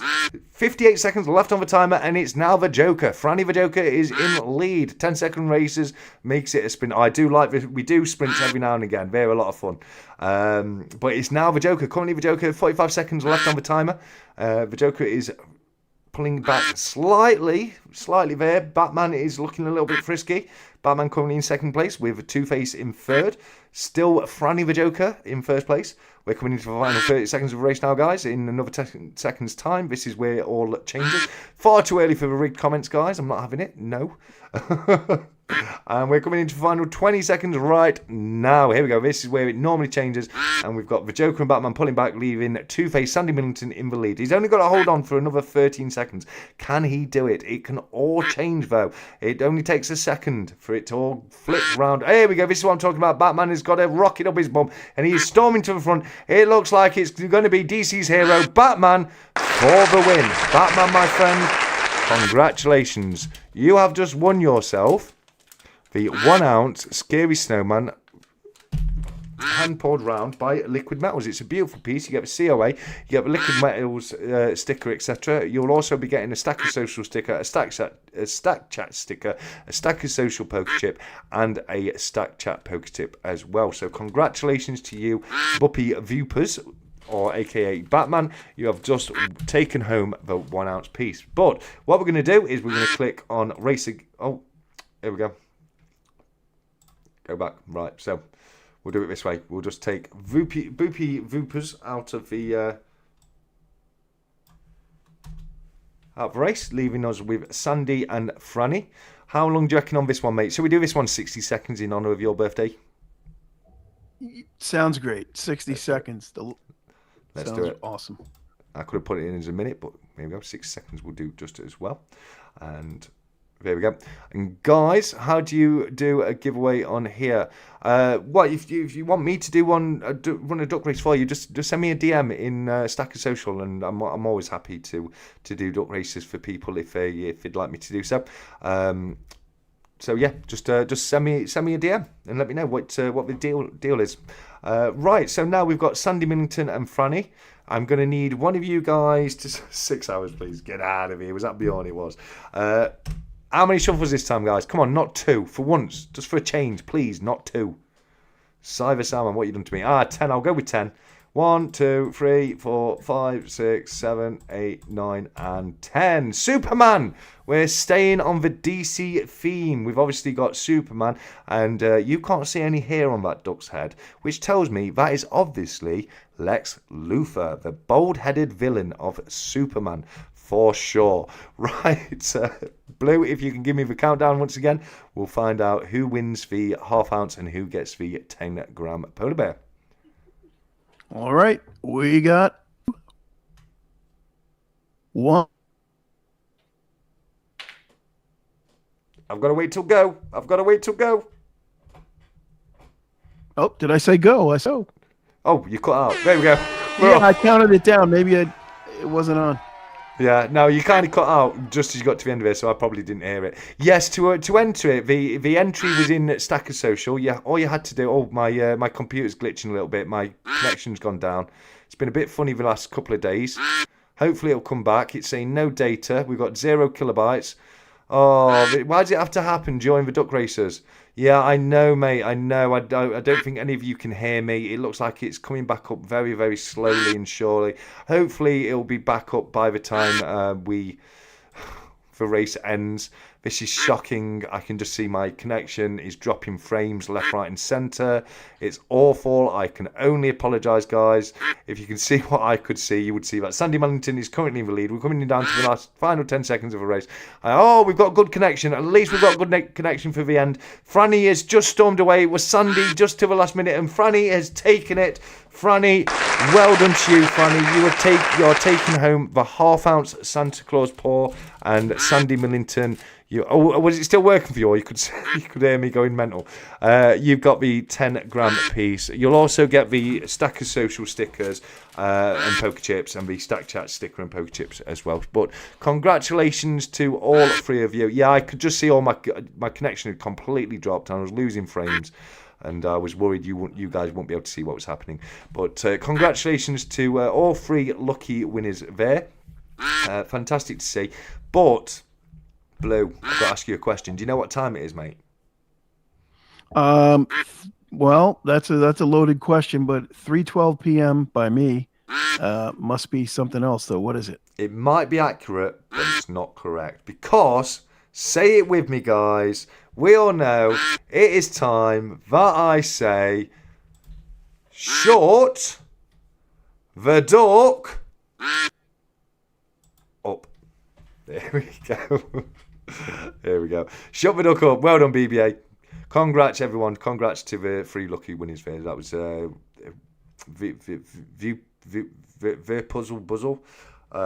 𝗵𝗶𝗃𝗃 and Franny and Sandy. Well done, guys. Well done. And a massive thank you once again to Liquid Metals. It was incredibly generous of him to put 3 beautiful pieces up for grabs in the giveaway. So a massive thank you to Liquid Metals. A massive thank you for Stacker Social for letting me run these through my channel. Well, not the entry, but the finals and the video showing the pieces, etc. It was a lot of fun. So massive thank you to everyone involved on that, and congratulations to the winners. But that is not the last duck race, not by a long shot, guys. We've got the usual duck race to do. We've got the 2 Brits and Sovs duck races to do, and we've got the members duck race to do as well. So loads of duck races left to do. We'll give it a little bit of a break before we do the next 2. The next 2 will be the East End Dave one. It's 84% say yes, which means we're going to do it as a separate bundle. So yep, we've got 4 more giveaways, but before we do that, do you mind if I open a box here? I've got a new pickup to share with everybody. Wow, look at that! Can't wait. Do it. Yeah, love this supplier here. He always does massive boxes. It makes me feel like I've ordered a load of stuff, but he just puts loads of padding in. It's fantastic. Let me just get my knife in here. Here we go. And always cut towards yourself, guys. Knife safety. Always cut towards yourself. Don't always cut away from yourself. Here we go. Right. Get this box open. Only 32 likes. Oh, come on, guys. Only 32 licks of a like. Need more than that. Here we go. Don't forget to lick the like button, guys. Right, here we go.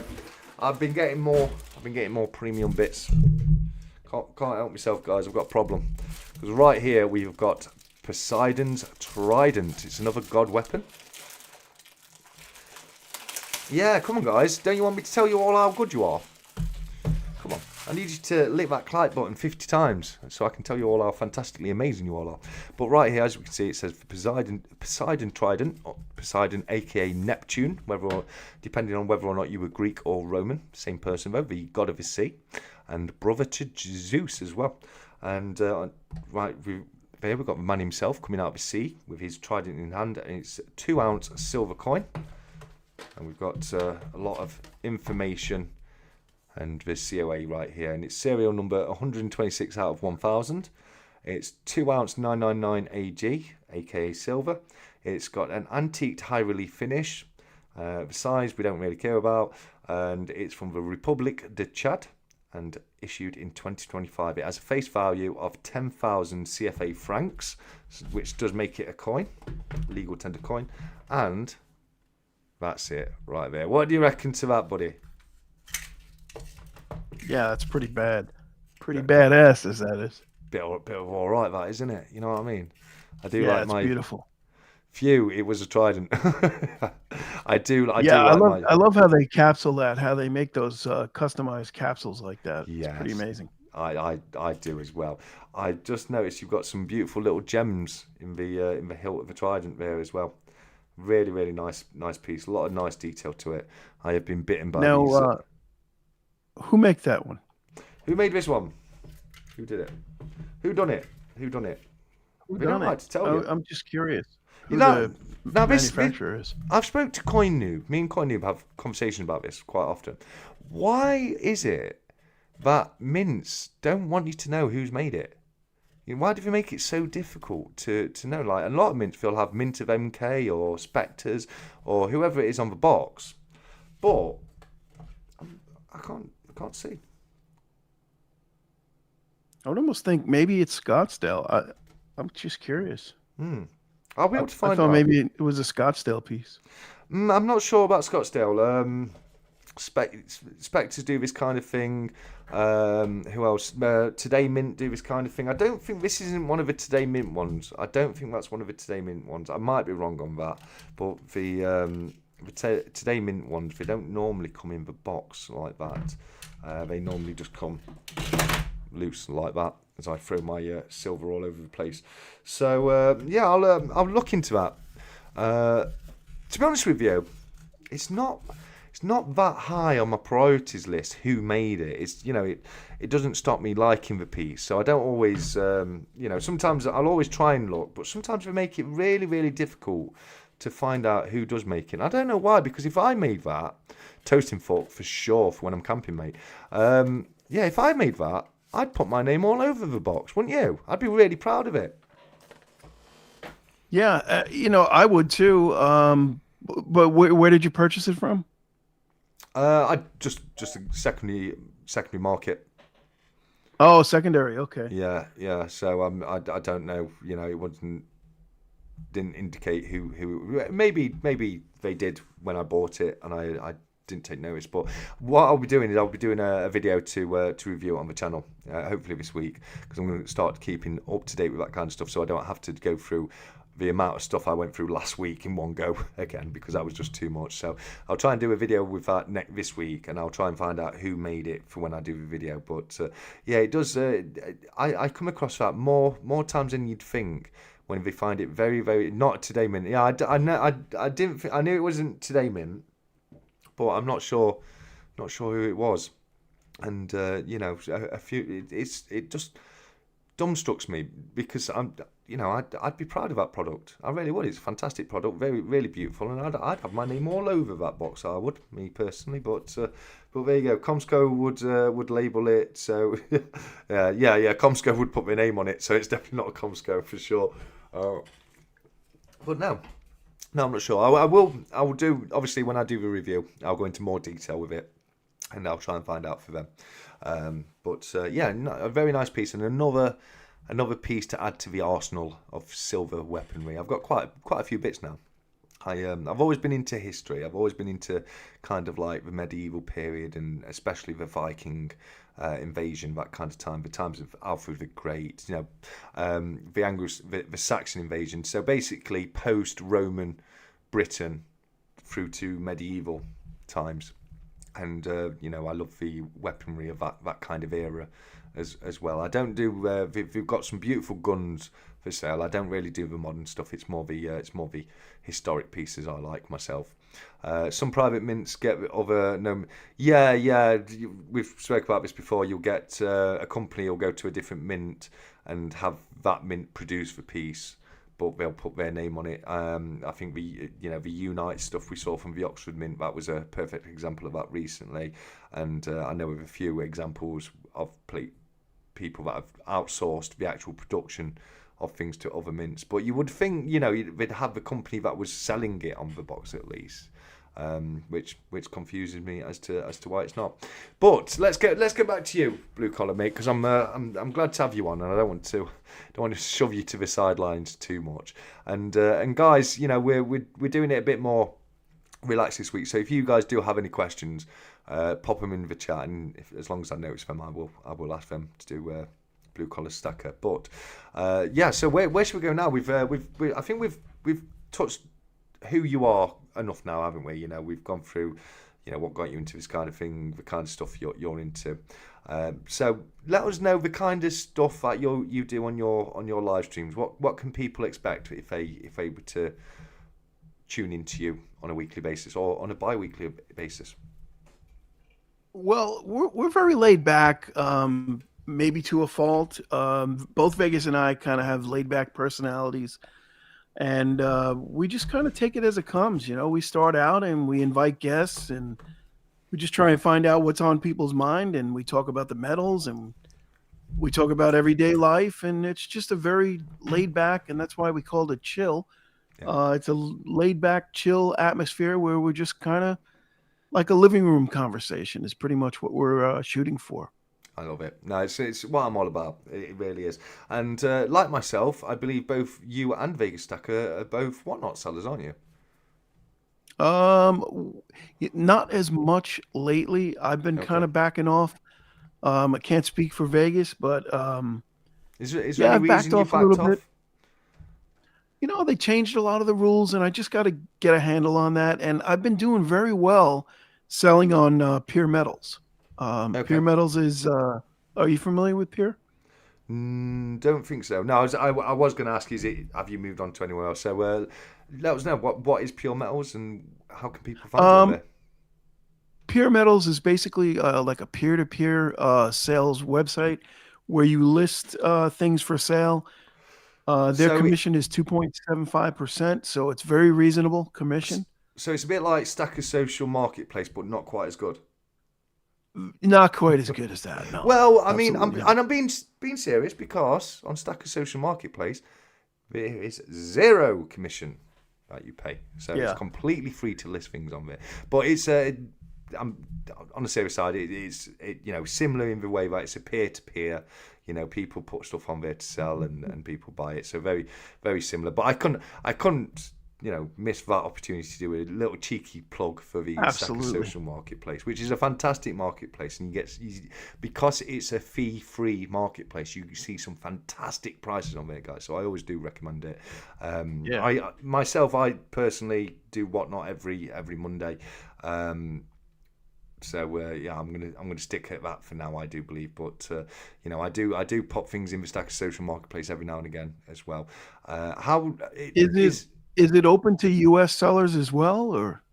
It absolutely is, but obviously there's the postage taken into account. You know what I mean? So someone over here was to buy it, but then there's other people in the US on Stacker Social. So it's up to you. If you wanted to say no international postage, because that's not what you do, then fair enough. But it would only be the people from America that would be able to contact you and either bid or purchase it from you. But there's no issue with people selling from wherever. It's like I say, it's open to everyone worldwide. There will be if people are shipping international, but there are times where it doesn't really matter to people. I bought things from the States because I can't find it in the UK, so it's it's definitely worthwhile giving it a go at least, because you might have that situation where despite the additional postage, suckers for punishment like me, who just have to have things for the collection, will just pay it anyway and just sod it. I don't care. I'm not even going to count the postage, and that will help me sleep at night.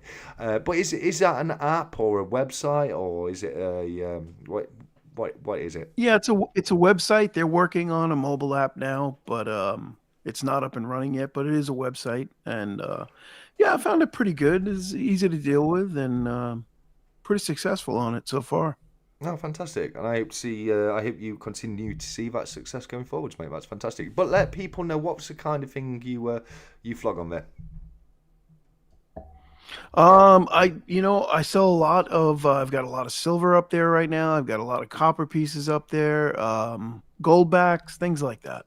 Okay, okay. So things definitely worth checking out if you're a fan of those kind of things, and I think most of us are. So absolutely fantastic. Robot Toaster just let us know 𝗕𝗂𝘃𝗃 is USA only. Yeah, I was talking about Stacker Social, but thanks for letting us know that. Yeah. That's good to know. That's probably why I haven't heard of it, because it's USA only. He made a lot of money off me this past week. Has Mitchy been buying your stuff? Has he? Yeah, he has actually. Thank you, Michi. I appreciate you, brother. Yeah, and I just want to say a massive thank you to everyone who came across and last night to my Black Friday deal. I did a £1 start night, which I started literally everything for £1, which meant there was quite a lot of things that went really cheap last night with some fantastic deals. Ian Attenbury bought himself a Queen Victorian half crown for £11. That was like £7 under spot, and there were loads of other deals like that where we're just going pounds under spot price. So it was fantastic to see a load of deals last night. It really, really was. But no, that's brilliant. So if you're in the States and you're looking to pick up a few nice pieces, get on over to Pia and look for Blue Collar Stacker and show him some love, guys, because he's as I'm sure you figured out for yourselves already, he's a fantastic guy, and definitely needs a bit of support over there. So no, that's fantastic, then. So what I'm going to say is I've gone through the usual, the standard stock questions. So if anyone wants to throw any questions in the live chat, if you've got any questions for Blue Collar Stacker, let us know. It's a fantastic opportunity to get a American point of view on things, which it's been in the UK myself. A lot of the viewers are UK based as well. So that's a great opportunity. We were touching on that a little bit earlier. We spoke about Thanksgiving, and you let me know some stuff about Thanksgiving, which I wasn't aware. Like Thanksgiving is the 4th Thursday in November. I didn't know that previously. Now I do know. I also know that people like to cook ham on Christmas Day if they don't want turkey on Christmas Day. It's also common to find ham on Christmas Day, and that Black Friday is a lot safer than it used to be. So it was a lot of fun. All I could think, do you remember that conversation about Black Friday? All I could think of was the South Park PlayStation versus Nintendo episode. Oh no, was it PlayStation versus Xbox or something like that? And Randy Marsh gets himself a job as a security guard during Black Friday. And it's absolute bedlam. But no, we were saying that since the advent of internet shopping, you don't see as many people in the stores going crazy for stuff, do you?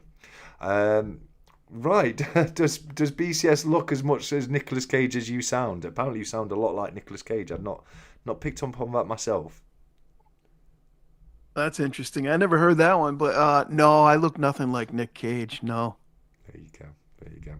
Nick Cage, if you didn't know, he was once supposed to be Superman. That would have been very strange, wouldn't it? Nick Cage is Superman.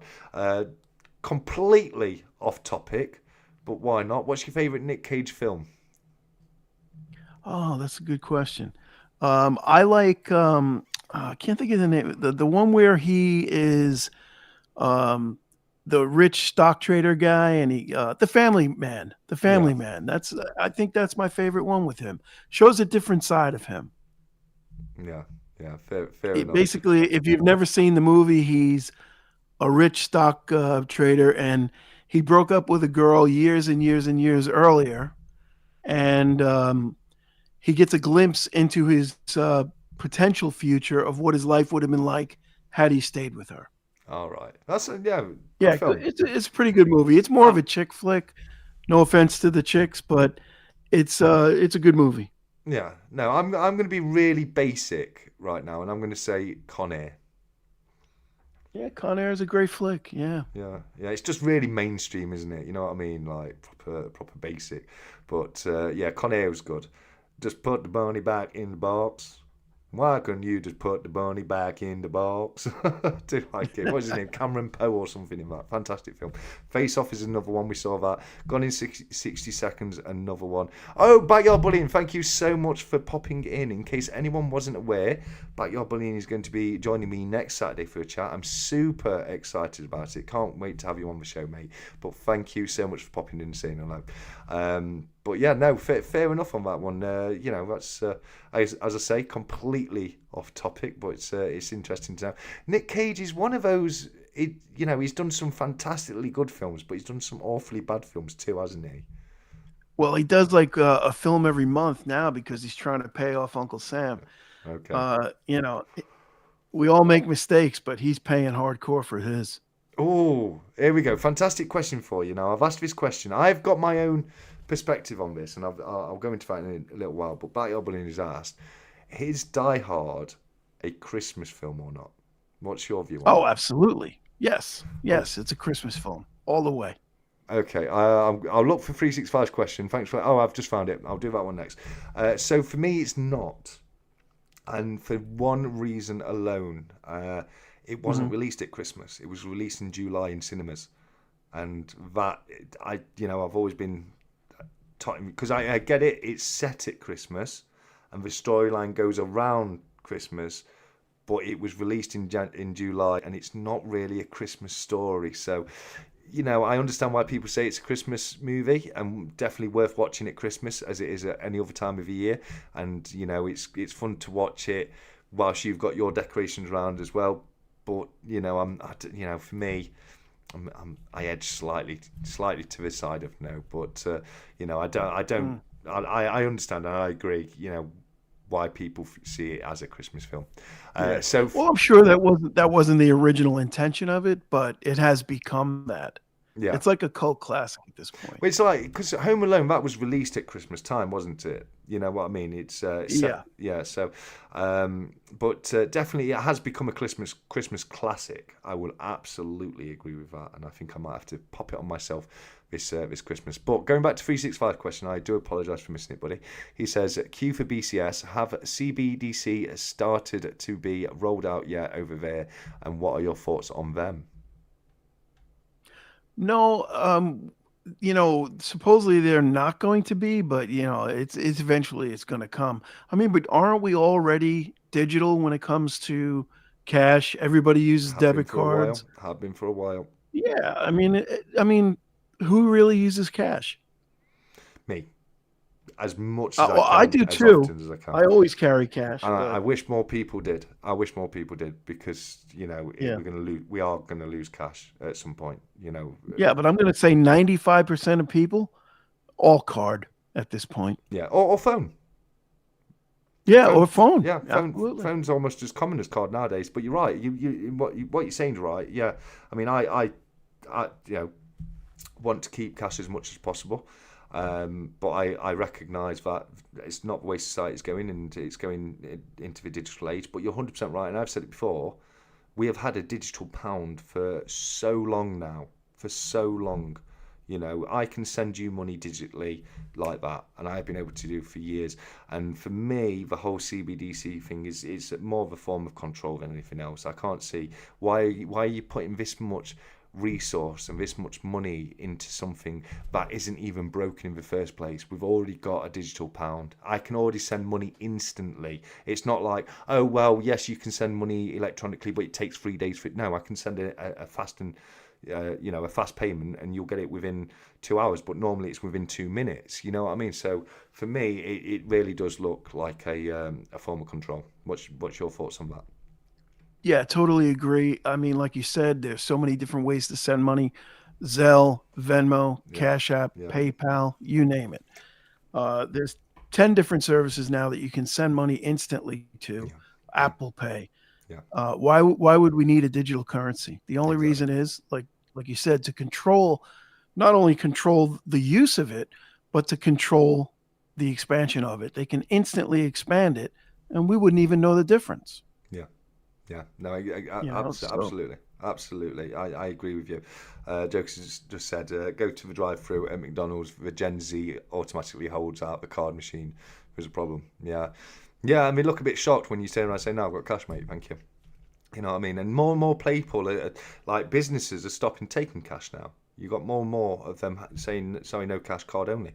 And I think a lot of that came through the lockdowns, didn't it? During COVID, a lot of people, you know, we said no cash because of the transfer, but a lot of people stuck to it and thought, you know what, we're just not going to take cash anymore. It's a lot easier nowadays. You know, you haven't got to arrange to take that cash down to the bank. It's, you know, it's all digital. It makes your business more secure, because if you don't have cash on premises, then you've got less likely chance of someone coming in and robbing you, because it's not there to rob. You know, and I do very sadly think that you know, it's not going to be that long until we start seeing cash just disappear. You know, I don't think it'll ever be. It'll always have a legal tender status, I do think. You know, but I don't think it'll be. We'll see it. You know, it just won't be produced, and people won't be using it, and it'll all be card, etc. But it is a definite shame. But a fantastic question from 𝗵𝗵𝗃, and for part of, has it come into play in the States yet? I knew they were working on something, but I didn't know if they've actually rolled it out as of yet. No, there is no official digital currency in the United States. No. And I don't think there will be during the Trump administration. Okay. But they are talking about stable coins, and I know so little about crypto. I don't even feel like I'm qualified to talk about it, to be honest. Me neither. I do say crypto is particularly one subject. I don't do crypto, and I'm certainly not the best to answer questions about crypto. You know, I have a little bit of an understanding of it, but it is something I look to avoid myself. So no, I completely understand that. But yeah, no, fantastic question. I'm just gonna see if it's not Christmas until I see Hans Gruber fall out of a window of 𝗕𝗂𝗀𝗃𝗃. Yeah, fair enough. I get that. It's although personally I don't think it's a Christmas film, I do think it is a Christmas tradition. Like the watching of Die Hard has become a Christmas tradition for sure, and I agree with you guys on that one 100%. Danny Sandy has won the 10-gram liquid metals pour. He won the 10-gram polar bear in the duck races. So well done to Sandy. I'll get that out to you very, very soon, guys. Right. So what do you reckon? Shall we do another duck race? Is it time yet? I think it's time. Right, let's have a look. We'll do Brits and Softs duck race list. So he sent me a list of 39 people. I'm just going to get that here. Going to the names, edit the names. Here we go. Right, here we go. Let me get us over to the duck races. Right, guys. So this is the list of people has sent to me by Brits and Softs. This is Brits and Softs giveaway. It's been funded completely by him, and this is to say thank you to everyone who sent across his a poker chip, etc. to Brits and Softs. So right here we can see a list of all the names, and as I say, this is a list of names that Brits and Softs sent across to me. So the entry is just who has sent a poker chip to Brits and Softs.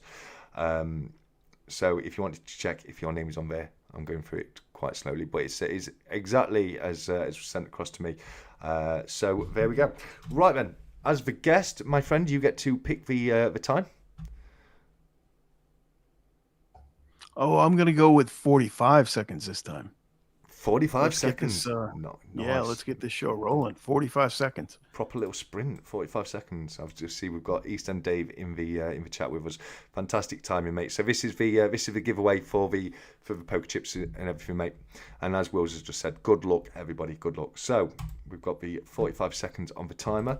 The only thing I need to know now is how many shuffles we're going to do, guys. 2 shuffles there. What a surprise. We've had 2 shuffles from Robot Toaster. Here we go. You might notice a theme here, Blue Mate. 1, 2. This was started by 𝗪𝗏𝗃. Here we go, mate. Right, 45 seconds on the timer. We've had the 2 shuffles. We've got 39 names as provided by East End Dave.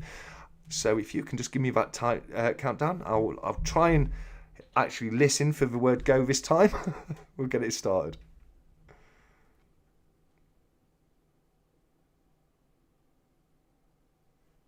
Okay, ready? Yes. 3, 2, 1, go. And they are off. It's Blazing Bullets v Pink Love Art Duck in number one spot. It's very, very tight though, guys. We're coming into the final 30 seconds already. 32 seconds on the timer. Still Blazing Bullets with Israel Coins there as well.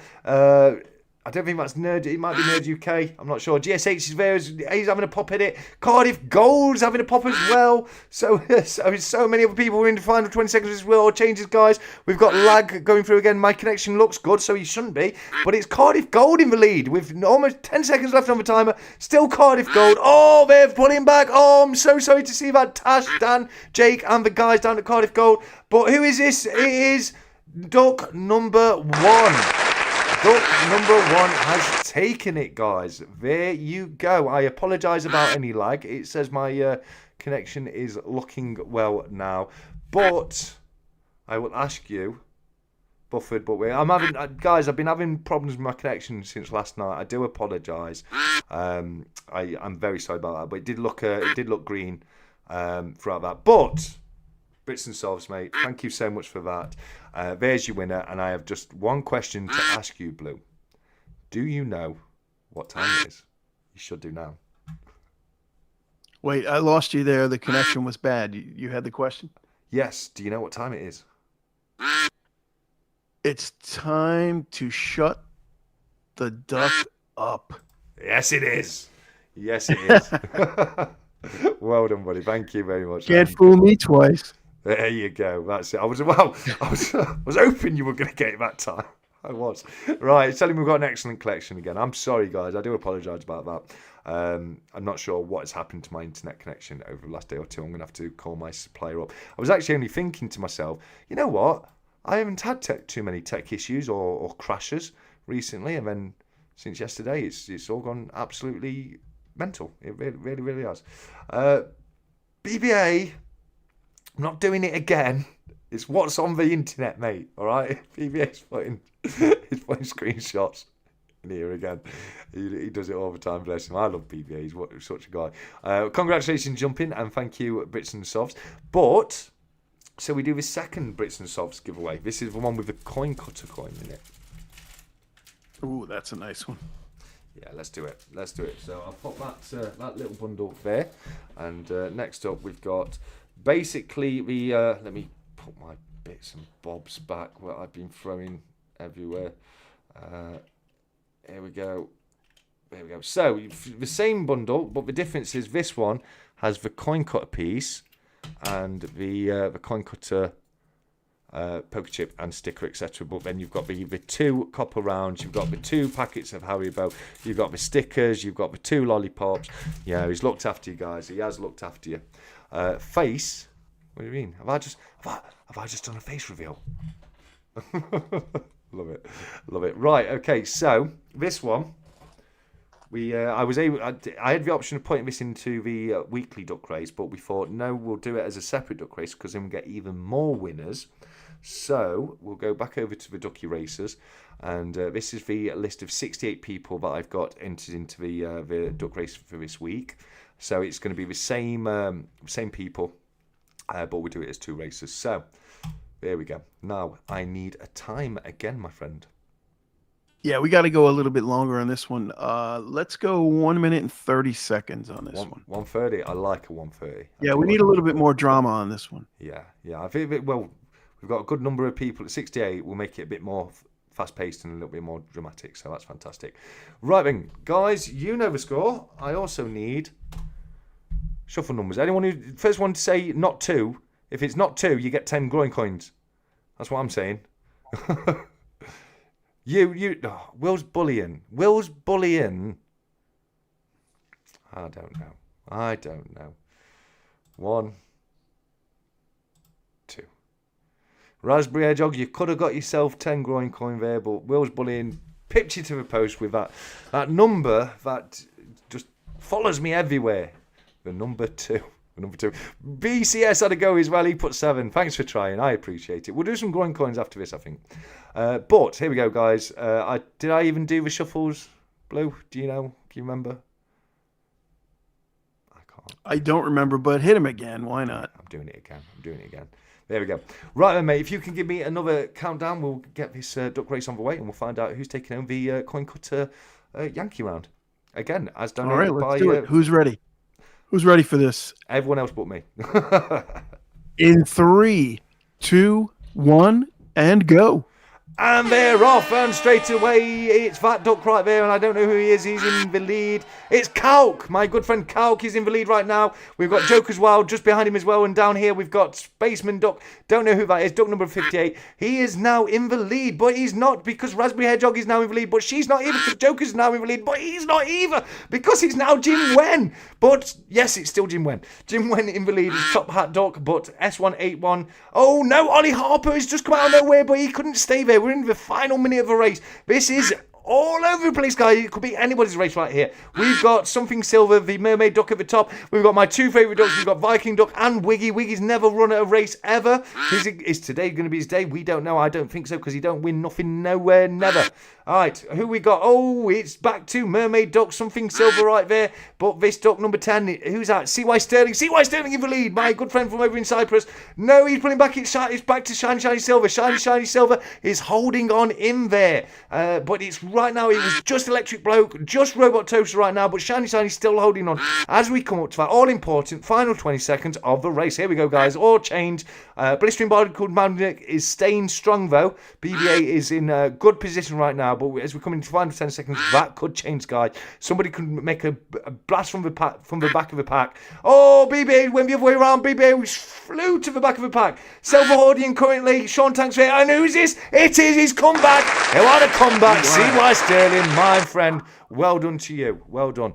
And that means I'm going to be opening up a package that's behind me and maybe slip those into that and save me a little bit of postage on that one, because I might be sending 𝗬𝗺 something already. So well done to you there, 𝗬𝗺. Congratulations, my friend. 𝗬𝗺's a great guy. We all know he is.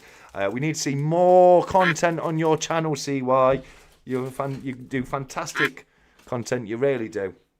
That would have been my first win. Oh, unlucky Selfer, and unlucky. It was all over the place. That was. It could have been anyone's race, but it was a lot of fun. But you've got to know by now, Lou, what time is it, my friend? Shut the duck up. That is it. Shut the duck up, everyone. Shut the duck up. And congratulations, 𝗬𝗺. And Coin Cutter, Brits and Sovs, thank you so much for sending those across. That was a lot of fun. That was right there. And yeah, well done to 𝗬𝗺 and jumping as well.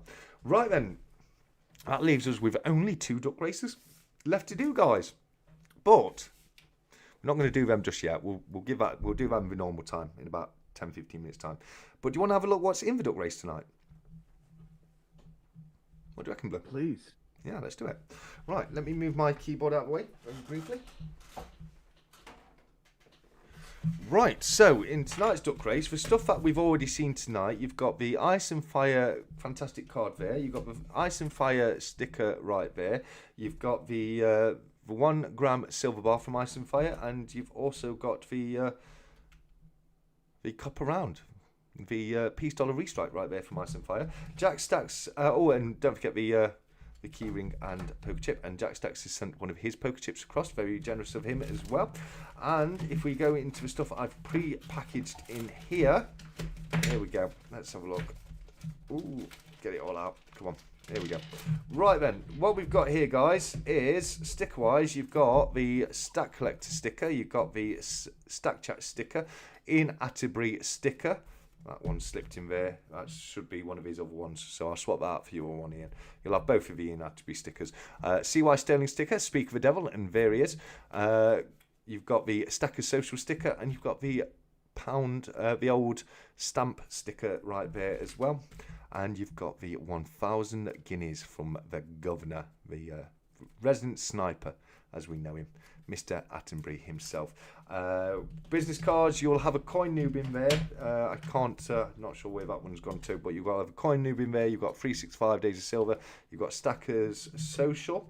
And then poker chips. You've also got 𝗵𝗵𝗃𝗀𝗀𝗀, you've got the Stacker Social 1K Duck Race Privy, you've got the Stack Chat, Stack Collector, and you've got the CY Sterling Poker Chip as well.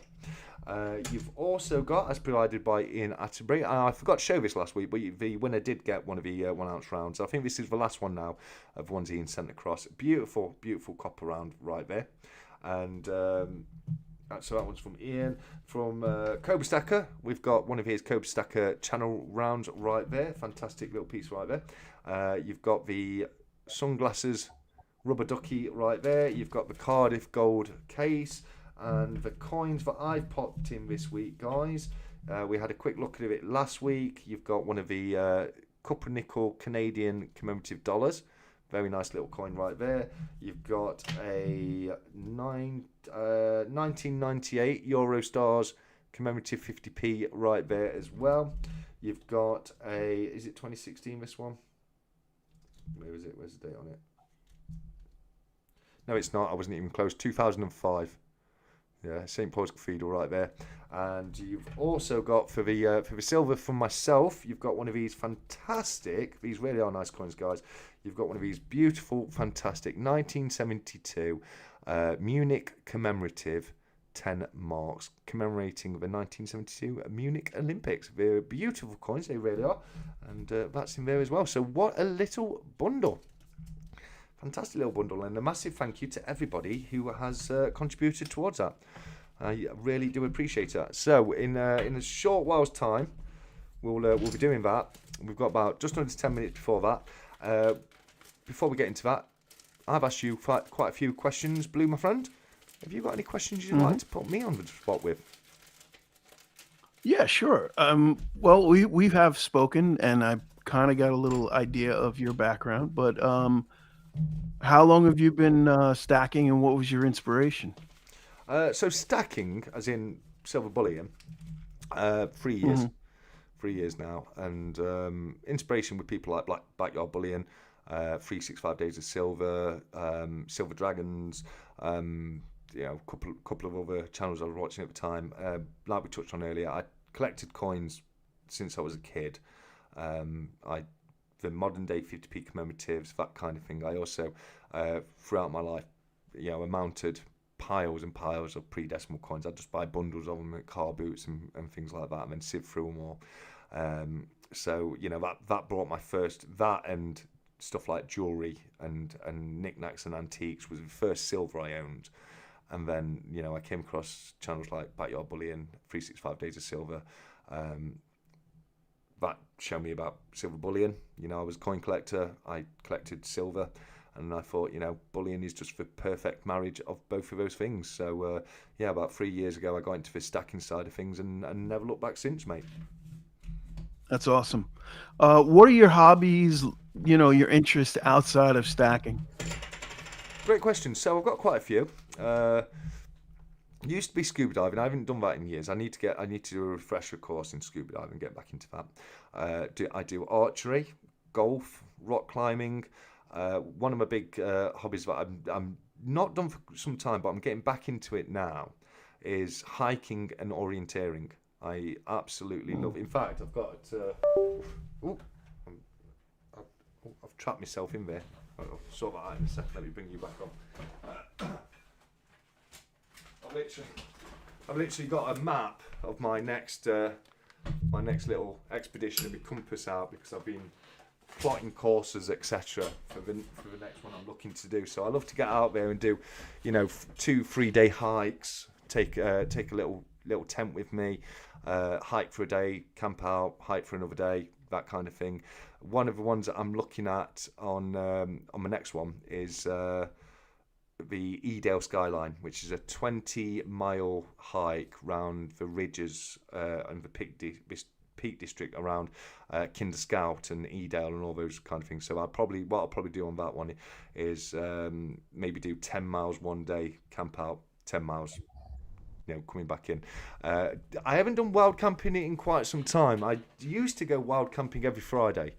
I just put a bag together, take my tablet out with me, and I used to do just a hammock and a tarp in the trees, and I'd just sit there under the stars, just watching something on my hammock next to the campfire, and I used to absolutely love that.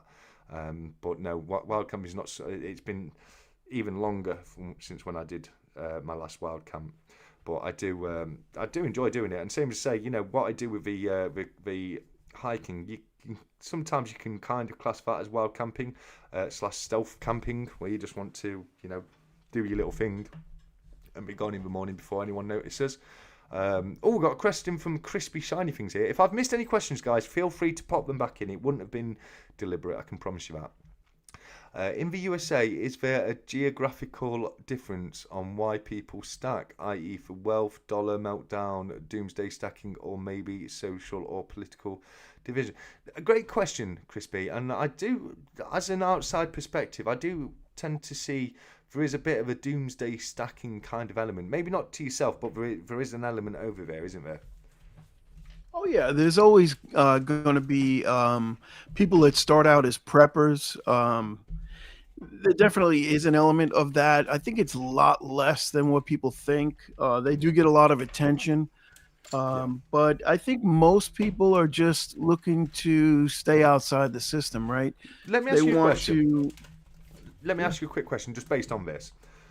Now, what are your personal views on silver stacking when it comes to things like prepping? Do you think it's a good idea? Do you think it's perhaps not the kind of thing people need to concentrate on when they look at prepping and that kind of thing? I'm really not a prepper. I don't believe that society is going to collapse.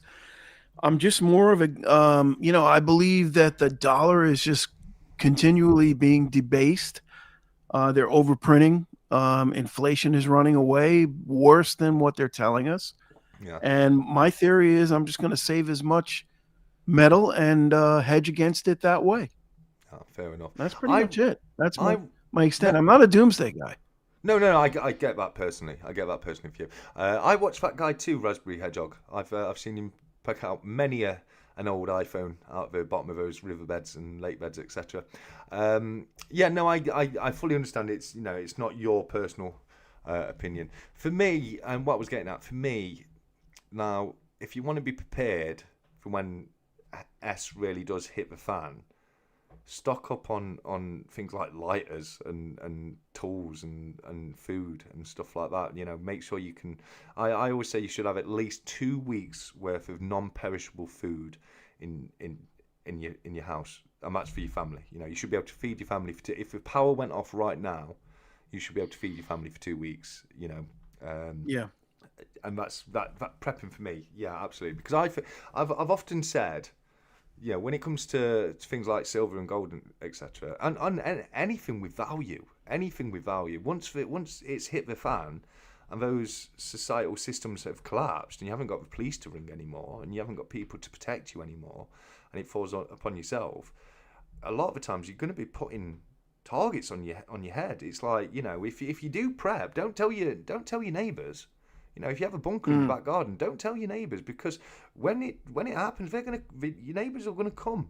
They won't care that you put all the hard work into setting it up. They'll just come and take it, and that's what will happen. So that's my kind of point of view on the prepping side of things. Now, let's play hypothetical and say the world has ended and everything's collapsed. And now it's a bit further on, maybe we're a couple of years into it and society is starting to build itself back up. That's when it's going to come in and help you. You know what I mean? But for that period in between then, I think it probably people aren't going to care about silver if they're starving. Like if I'm haven't eaten for three days or 5 days or a week or whatever it is, and then all of a sudden I find half a Mars bar in a bin, and I'm that hungry, you couldn't give me an ounce of gold for it. You know what I mean? Right. Yes. It becomes less and less important to you. So it's not until you've got at least a level of society built back up that you start to barter for things. Then yes, I do think at that point maybe it could help out, but there's a long way to get to there. If you know what I mean. And that's my personal view on it. I'm not. I am a prepper. I'm not mad about it, but it's like I say, for whatever reason, when I worked in insurance, I saw, places get affected by floods, and it take 7 days for the British Army to get fresh drinking water to that place. And that's Right. not an end of the world scenario. That's just a localized flood, and that's how long it took. So that's why I always go on 2 weeks worth of food and water, and then after that, if it's longer than that, then play it by ear. But knowledge is the most valuable commodity you could have in that situation. If you know how to forage for your own food, if you know how to get clean drinking water for yourself, and what a lot of people don't realise is you can't. I see people putting these water butts under their guttering, and they're collecting all this water, and you can't use that. You can't use runoff water because it's full of heavy metals, and they soak into your roof. Depending on what type of, if you've got a steel roof, then it's not too bad. But if you've got tiled roofs, like porous tiled roofs, like what most people have in the UK, they soak up toxins, heavy metals, and all kinds of chemicals, and then rain hits them and washes them in, and it's not safe to drink. So it's something I'd quite, I've gotten into in the past. In 2012, I got all kinds of mixed up and ran away with it. But nowadays, I prep more for more kind of, grounded reasons, floods, power cuts, that kind of thing. And it's more like kind of temporary, get you through those few days until help can arrive kind of thing, if you know what I mean. Yeah, in listening to what you're saying, like as far as clean drinking water goes, I mean, all I would need is 4 poles and a tarp with a hole in the middle, because it rains here almost every single day. Yeah. So that I wouldn't be worried about too much. Food, it's not hard to store dry pasta, things like that. Exactly. And it lasts forever. Dry It pasta, dry does. rice, Yeah. it'll last you for, if you keep it in a sealed container, it'll last you forever. Just to respond to Dagcar, I've got a soya squeeze. Is what I use it for hiking because water is very heavy, and I try and keep my backpack as light as possible. And the last thing I want to be doing is lugging around 2 gallons of water. So I've got a soya squeeze, which is a life straw. It's important to realise with these, and this kind of information isn't spread enough, with those filters, yes, they will filter out particles or particulates and bacteria. They will not filter out heavy metal contamination in the water, and they will not filter out viruses. So they're not 100%. I always say it's definitely worthwhile to boil. You kill any organic contamination in water by boiling it for a few minutes. There's other ways, you can pasteurize water in the sun. You can chemically clean it by using things like bleach or the little water purification tablets, that kind of thing. But like I say, they won't work. They're not 100% safe. Like most of the times, you'll be all right with them, but they're not 100% safe, and that's definitely something to take into account. What 𝗵𝗁 says. Is it true that you can treat drinking water with silver coins? I've always heard that. Yes. Yeah, we brought this up. When was it? Last week, I think it was. So silver, it's used in the medical industry, and it has a property where it kills bacteria. So yes, 4 nines is better than 3 nines, but it can be used to sterilize bacteria in water, 100%.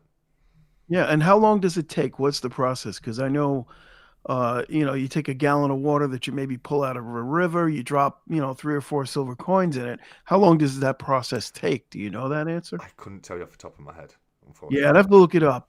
That's an interesting concept, though. But when you said something like shit it, well, I'm sorry about that. Yeah, shit, it's SHTF. No, it's fine. Don't worry.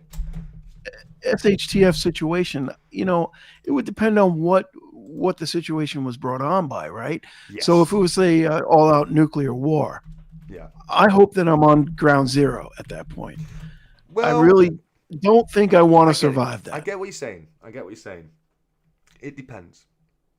Like, is it localized, or are we looking at a new nuclear winter? Because if enough nukes go off, the problem with it is, if you're local to the area, you've got radiation problems. Well, it becomes a global issue because it puts so many tiny little particles of dust into the atmosphere, and it takes gravity years to pull them back to Earth. So what you end up with is what's known as a nuclear winter, which is just loads of dust and debris, tiny little particles covering the Earth, and it stops sunlight getting through. It drops the temperature of the planet dramatically. We're now in a new ice age, and yeah, it can, I get what you're saying. Some things aren't worth surviving. If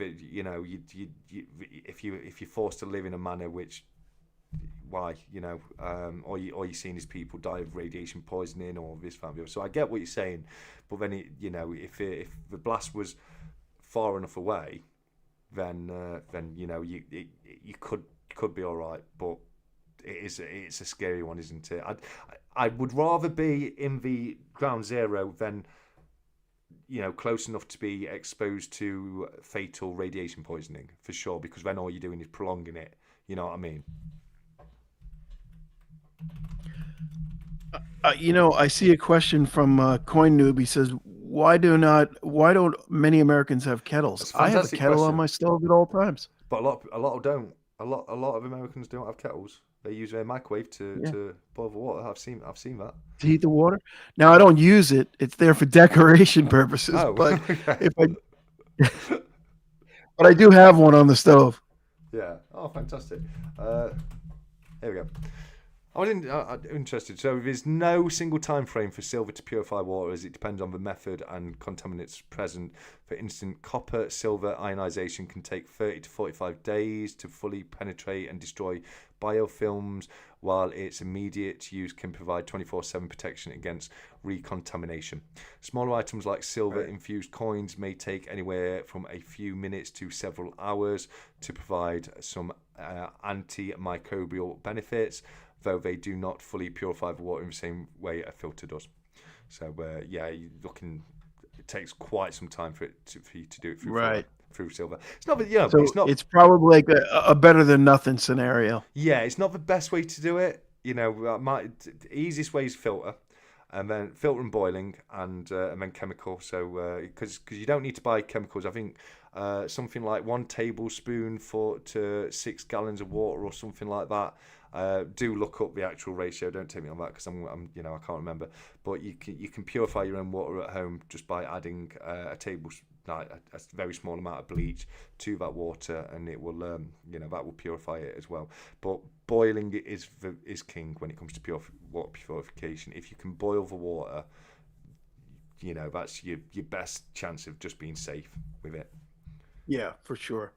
And we do have a certain amount of prep experience for hurricanes, but honestly, we haven't had a hurricane here in 20 years. So I know I just jinxed myself, but but that's people in Tornado Alley. That's a much more common threat, isn't it? You know what I mean? So it's there are places where absolutely right.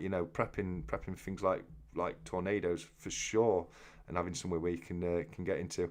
Any three-eyed fish like Simpsons, Dykes? Yeah, because Dykes is saying he lives near a nuclear power station. Nuclear power. I do as well, actually. Within 10 miles of a nuclear power station here. Yeah, it's one of the cleanest forms of power. Nuclear power is. It really is one of the cleanest forms of power.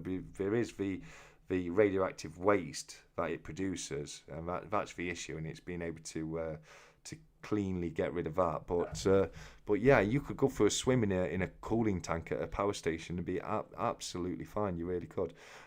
Copper pipes okay for cold water. Don't drink from the hot tap. Don't drink from the hot tap. Don't drink from the hot tap. There's chemicals that are put into boilers and stuff like that. So just try to avoid drinking from the toilet than a hot tap. You really would. And I'm not talking about the toilet bowl. I'm talking about the cistern. Don't put your cup in the actual bowl. Take the lid off the cistern, and water in the cistern is fairly safe. You might have some lime scale. Oh, I'm dropping. I'm sorry if we're lagging, guys. I do apologise. Old lead pipes, they're not good. Lead pipes, like BBA very rightly said, not the best way to purify water. Or have anything to do with food, etc. But no, brilliant question from CoinNoob, and I've often wondered about, because it's not like you guys don't have hot drinks. You drink a lot of coffee. You know what I mean? Yeah, we use drip brew coffee machines. Of In fact, course, yeah, you call, yeah. yeah. Yeah, fairs. I get that. And we don't drink much tea, unfortunately. I love tea, but Tea's nice. um, I'm personally, yeah, I'm more of a coffee guy myself. It's coffee's got a more distinct flavour to it, hasn't it? yeah, it does. And I feel like, well, listen, tea is great too. A lot of times, what I'll do is I'll get the unsweet tea, and I'll just warm it up in the microwave. Sorry to tell you, and put a little cream in it, and be done with it. There you go. There you go. And yeah, and that's what I've seen a lot of people using microwaves to heat the water up. It can be quite dangerous, can't it? Heating water in a microwave. You can super boil it, can't you? Well, you just got to know your timing. I just put it on for a minute, test it, put it on for another 30 seconds, boom, done. Yeah, yeah. So Stack, thanks for joining us, and everyone else as well. If I haven't named you, thank you so much for being with us tonight. We're having a lot of fun. We really are. We'll be doing the duck racers very very soon, guys. I just want to have a little bit more of a chat with Bill Collar, and then we'll probably look to end things after the duck races because you've already done a live stream today, and I've got stuff on in the morning. If that's all right with you, buddy. Hmm. Yeah, absolutely. Fantastic. So you asked Vegas about his food choices and about American food I versus remember world food, that. right? We were talking about Yeah, brisket and what you guys pass off as gravy. yeah. Yeah. Well, listen, I was prepared for that, and you didn't ask me that. But I would say when you said like American food is borrowed from around the world, but our population is borrowed from around the world. Yeah. And there was something that he mentioned that you said, "Oh, you stole that from England, apple pie." That's what it was. Yes. Yeah. But no, we didn't steal it from England. Yes, you did. We No, used to well, beat no, we brought England. it over. We We remember brought. we used to beat England. Yeah, you brought it, the English brought it over with them. Yeah, very, very true. And, Yeah, and I love the way you put that. Yes, your people are borrowed from around the world, 100%. So you've got all this yeah. different merger of cultures coming together, and it goes to show. And yeah, no, absolutely. But we did think of a few things that were American only, didn't we? I do. I know pizza was mentioned. And that's Italian. Italian, yeah. Hot dogs were mentioned, and those German, are just sausages from probably Ger- Germany. Germany, yeah. Bratwurst, Uh, yep, yep. yep. And then hamburgers, Burgers from Hamburg. You Hamburg, said, yep. yeah. Yeah, but And I no, know apple pie came up, yep. but something that's exclusively American, I can't even think of Grits, anything. grits. Honestly, my favorite foods are Italian foods, Mexican foods. Yeah, yeah. So No, yeah, I love Italian and Mexican. They're two of my favorites. But grits, I think, is one of the ones that we agreed is an American food. yes. That's eggs or Yeah, something, isn't it? that's a southern food, and Yeah, I'm not a huge fan of grits. I don't seek them out. If they're in front of me, I'll eat them. Put a little butter on them, a little salt, but I'll eat them. fantastic. What's your favorite song, by the way? Just very quickly. My favorite song, that's a good one. I've got so many favorite songs I couldn't pin it down. That's a tough one. As far as my favorite musical groups, I would say one of my favorite musical groups is Crosby, Stills and Nash.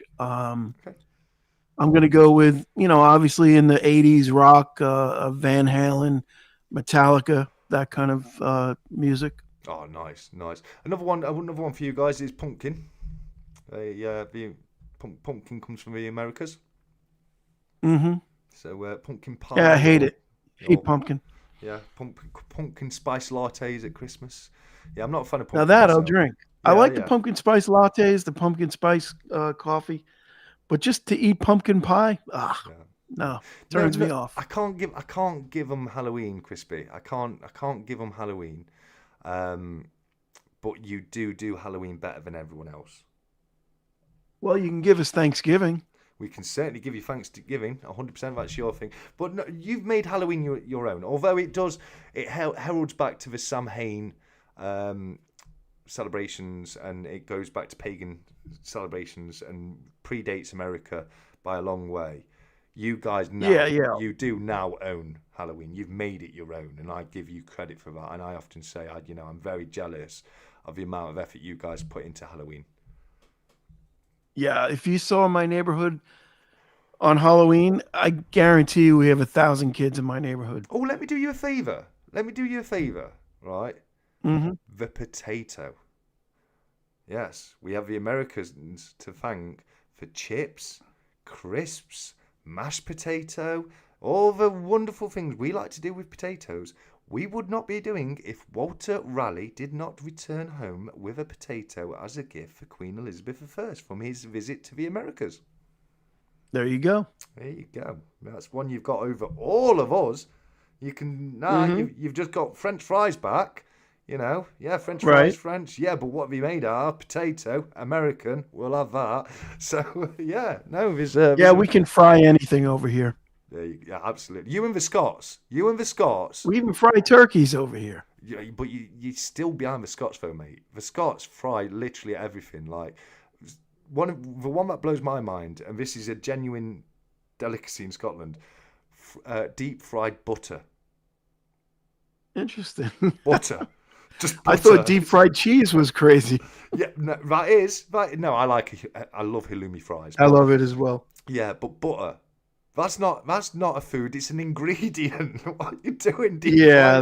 Deep fried ice cream, deep fried butter, deep fried chocolate bars. Now the Scots are the one people that will deep fry more than the Americans. But you do like your fried. Yeah, but let's be honest, fried food tastes better. It's not as good for you, but it does taste better, doesn't it? Well, that's the one good thing about getting old. You don't have to worry about that for much longer. I care about it less and less. You know, I've done. Yeah, that's time. It. You know. Yeah, exactly. It's like when I've got an old dog. You know, like I'll feed the dogs healthy throughout the whole life. But when I see a dog starting to get on its last legs and it's starting to get into life, it gets to have whatever treat it wants. You know what I mean? Like exactly. You live it up for your last few years, mate. For sure, but no, there you go, and like, I'll be honest with you, like you guys have done the food you've taken in, you've put your own spin on them. Like you'll do well to find a better hamburger or a beef burger than you'll get in America. You know what I mean? You'll do well to find better pizzas than you get in America. Like if you look at the traditional Italian pizzas, those stone baked things, they're not even round. They're dead healthy. They've got things like spinach on them, mate. You know what I mean? Nah, give me a big deep pan meat feast with cheese and meats and everything on it. You know what I mean? Like, you know, and it's funny you say that because I like the thin crust, like Naples style pizza. Yeah. Depending what's on it, I love a thin and crispy pepperoni. I do like a thin and crispy pepperoni, but some of the proper Italian pizzas are just a little bit too healthy for me. Yeah, deep fried cream egg for sure. Guys, right? Shall we do another duck race? Absolutely, let's do it. Let's do it. Let's get back over to the ducky races, guys. This one is for the standard weekly duck race, and while we do that, what do you reckon should be the phrase for next week, buddy? Oh, you're asking me the phrase. Yeah. Oh God, something fun. That's should we do butterballs? Let's make it butterballs. Deep fried butterballs. Deep fried butterballs. That's your phrase for next week, guys. How's that? I love it. Deep fried butterballs. Here we go. What is it? 6th of the 12th next week. Don't forget to join us next week. I'm going to be joined by the one and only Backyard Bullying. Cannot wait for it. Oh, here awesome. We go. For next week's duck race, 6th of the 12th, 25. Get in there, guys. Deep fried butterballs. There we go. Pizzas are rotting in Italy. Yeah. Spaghetti bolognese doesn't even exist in Italy. The closest thing to spaghetti bolognese is spaghetti and sausage, because Bologna is sausage in Italian. So I always neither does we have chicken parmesan. I don't know if you have chicken parmesan in the UK, but chicken parmesan is like one of the biggest chicken dishes, so-called Italian chicken dishes. What's that? And it doesn't exist in Italy. It's a chicken with loaded dry cheese on it. It's basically with mozzarella cheese on it and red sauce. Yeah. Does it have any parmesan on it? You know, of course, they garnish it with parmesan. Yeah. Yeah. Here's a good question before we do a duck race. Pineapple on a pizza? No. Sometimes. Not often. Maybe once or twice a year. Once in a blue moon, I will be okay with pineapple on a pizza. Yeah. Sorry, guys. I'm sorry. And I got to say no because of my Italian heritage, but I eat it too. Yeah. I definitely will eat it. Ham and pineapple, I'll call it Hawaiian and I'll eat it. Yeah, I'm going to say I don't think any Italian has ever put pineapple on a pizza, have they? You know what I mean? Like a chicken. Oh, it's like a chicken Kiev. Okay, okay. Thank you, Nessie. Thank you. Chicken Pamo in Sunderland. All right, okay. I've got you. Right. Anyway, guys. Anyway, we've got the same 68 names preloaded. If you wanted to just double check, I was extra careful today to make sure I put everybody in. I counted them, recounted them, and tallied it against the amount of comments I received, so it should be good. And 𝗪𝗓𝗔, I've remembered you as well. And Beyond 10, I've remembered you as well. Look at me, doing well. Deep fried butterballs, yeah, that's the one, mate. Right, I'll do it so you can actually see it. So, if you're a channel member, you get automatic entry, of course. And if you put in last week's phrase, you're entered as well. So there's 68 of us all together, 25 used the phrase, and the rest were channel members. There we go. So I need another time from you, my friend. All right, I think we should go a little bit longer on this one because it seems like there's so many entrants. It would be a lot more fun if we went, say, 2 minutes on this one. Okie dokie. Yeah. When there's only a few entrants, if you do them too long, it gets a little bit stale, doesn't it? They're just meandering down the river at a leisurely place. Nobody's putting any effort in, really. That's what it is. When's the 24-hour live? I'm gonna put it together as soon as I can, mate. It needs to happen soon. It does need to happen soon, and I promise it will be soon. I would have liked to have done it before now. So let's get on this. Back off, Coin. Oh, he's not had his day yet. Let 𝗀𝗃𝗃 have his day, bless him. Here we go, guys. 2 minutes on the timer. Same goes. If you don't say 2, I'll give you 10 groin coin. If you're first person. Can't do 60. No more than 20. 20 is the limit. This is for the shuffles, not for the time, guys. 3. 𝗪𝗵𝘁 has got herself 10 groin coin for 1, Nice. 2, 3. I appreciate it. 60. We'd be here all day. If it was only 2 or 3 in the race, I could do it 60 times. But when there's so many, it takes ages to do it. Knew it was neck at Woods Nessie. There you go. Here we go. Right. That's for 3 shuffles, mate. If you can give me the timer, I will get the race underway. All right, here we go. 2, 1, go. And they're off, and I'm sure you didn't say 3 that time. Just doing it to wind me up now.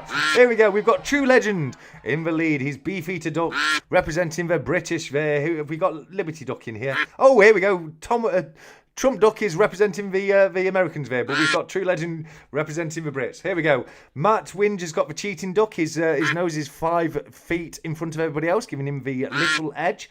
We've got Edwards up there as well. So is Ollie Harper. Michael Hawksby's up there as well. Silver Hunter is Superman Duck, but it's still Matt Winge with that extra long honker keeping him in the lead. Can Superman do what it's taken over? Scarlet Witch is taking over. It's 𝗪𝗵𝘁 right now. 𝗪𝗺 Sterling is dressed as GSH in his little dinosaur costume. We're into 1 minute and 13 seconds left on the timer, and it's still 𝗪𝗵𝘁. But Louise Wawa had a little go, and so is Pure Metal Stackers. Still 𝗪𝗵𝘁. Can you hold on to it, Raspberry?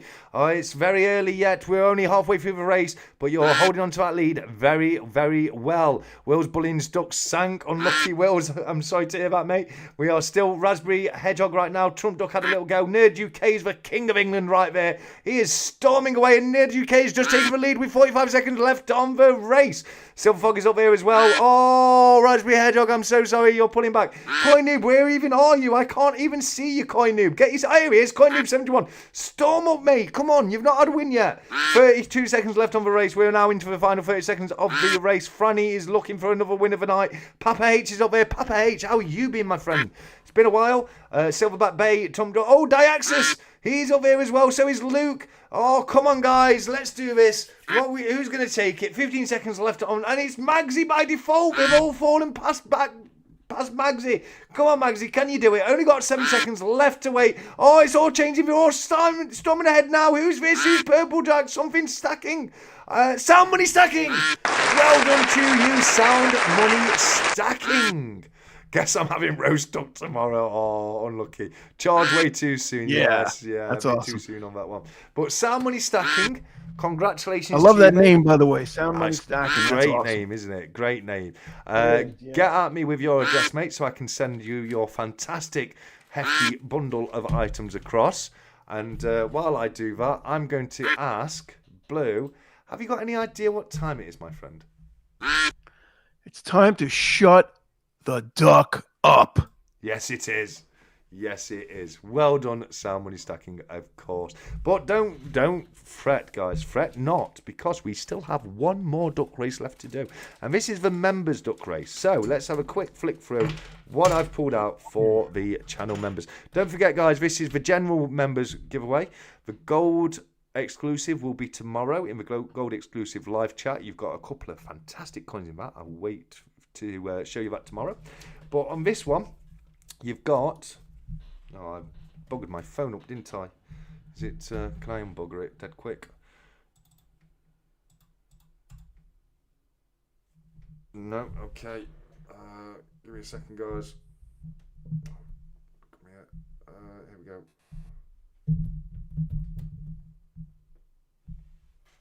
It's really not. Did I lose you for a second there? No. I'm just. Here we go. There we go. Now it should work now. Here we go. No, come on, phone. Come on, you can do it. You can do it. There you go. There it is. Here we go. Right, fantastic. So what you've got here is you've got my usual stickers. So that's the Stack Collector sticker, the Stack Chat sticker, the Stacker Social sticker, the Royal Mail Queen Elizabeth stamp sticker. You've got a Stackers Social business card, because he sent me plenty of them across. You've got a 365 Days of Silver business card as well. You've got my poker chip for Stack Collector and Stack Chat. You've got the Stacker Social 1K Duck Race poker chip. You've got the sunglasses duck. You've got a Cardiff Gold case. And then coin wise, what we've got here is a very pretty, very nice condition, this guys. 1945 English shilling. So in 1945 we were making 2 shillings, one for England, one for Scotland. This is the English shilling with the crowned line upon a crown, as designed by George Kruger Gray.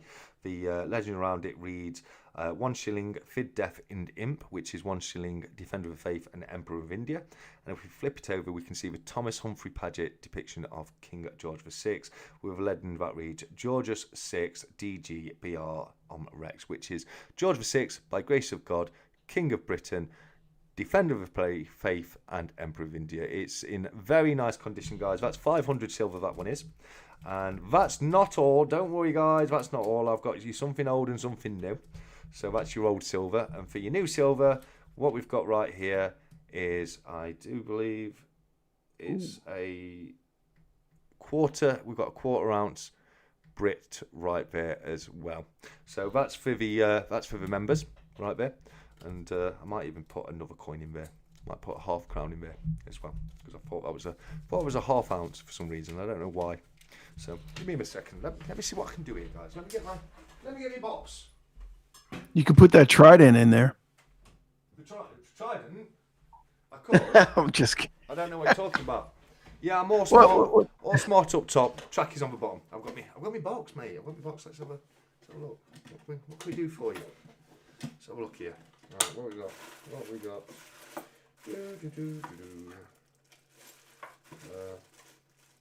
Tell you what, you've had a 500 shilling, so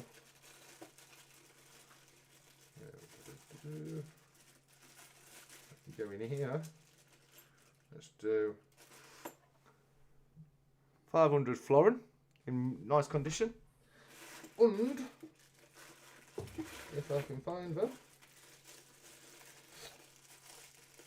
And let's do a 500 half crown as well. Here we go, guys. So, feel a little bit better now. So, members, what you've got here, you've got the 500 silver shilling, 500 silver florin, 500 silver half crown, and a 1/4 ounce bullion as well. So, not a bad little bundle. And gold members, don't forget, you're going to be getting your giveaway tomorrow, and I've got a couple of very nice coins put aside for that. So Yes, no, well done. Yes, I have put a trident in there because Britannia is holding a trident in hand. So, yes. Good point, BBA. Yes, well done, BBA. Well done, BBA. BBA Right, then. saved it. Yep. Yes, he did. Yes, he did. Right, so I'm going to put what I'm going to do. I did it earlier for the normal duck race, but I'm going to pull the members list off again, just in case anyone is taking a membership today, because you know there's no cut off for the membership one. So let's have a look. See your members. Download it, and then that's okay. And then downloads. Members list. Get all those members. Here we go. We've got one more. Fantastic. Right. And then we'll go back over. Ooh, not yet. Yep. Go back over to the duck races. So we're going to the names. It's still got the 68 from earlier. We get rid of that. We put in the 44 channel members. Yes, he will be getting 10 growing coin for that. Absolutely, but I'm going to do that in a second. I've got to put BBA's and Raspberry's 10 growing coins on. So we've got 44 channel members there, guys. Thank you so much for all your support. I can't tell you how much it means to me. It really, really does. So one of the channel members, it has to be a channel member. Can you give me the time for the race, please? Come on, members. Someone get in there. How long do you want it for? This is your race. You get to decide. Rules are waves, isn't it? Yeah, that's for sure. 3 minutes. Thankfully. Blue collar, you didn't count anyway. You're not a channel member. But Will's bullying nearly got a 7 minutes. 50 by nerd. Get out of here. 50-minute race. Get out of here. 3 minutes is long enough. Come on. 3 minutes. Here we go. So there we go. And now, also members, please. How many shuffles? Got to be a member. Got to be a member. Oh, I just want to say thank you to everyone who volunteered to be a channel moderator and help out on these. Ian Ritchie's gone for free again. There we go. So 1, 2, 3. Fantastic. Yeah, I do appreciate the help, guys. I really do. So thank you for the people who put their names forward for that. Right then, here we go, guys. As the guest, I still would like you to give me the countdown, though, if you may.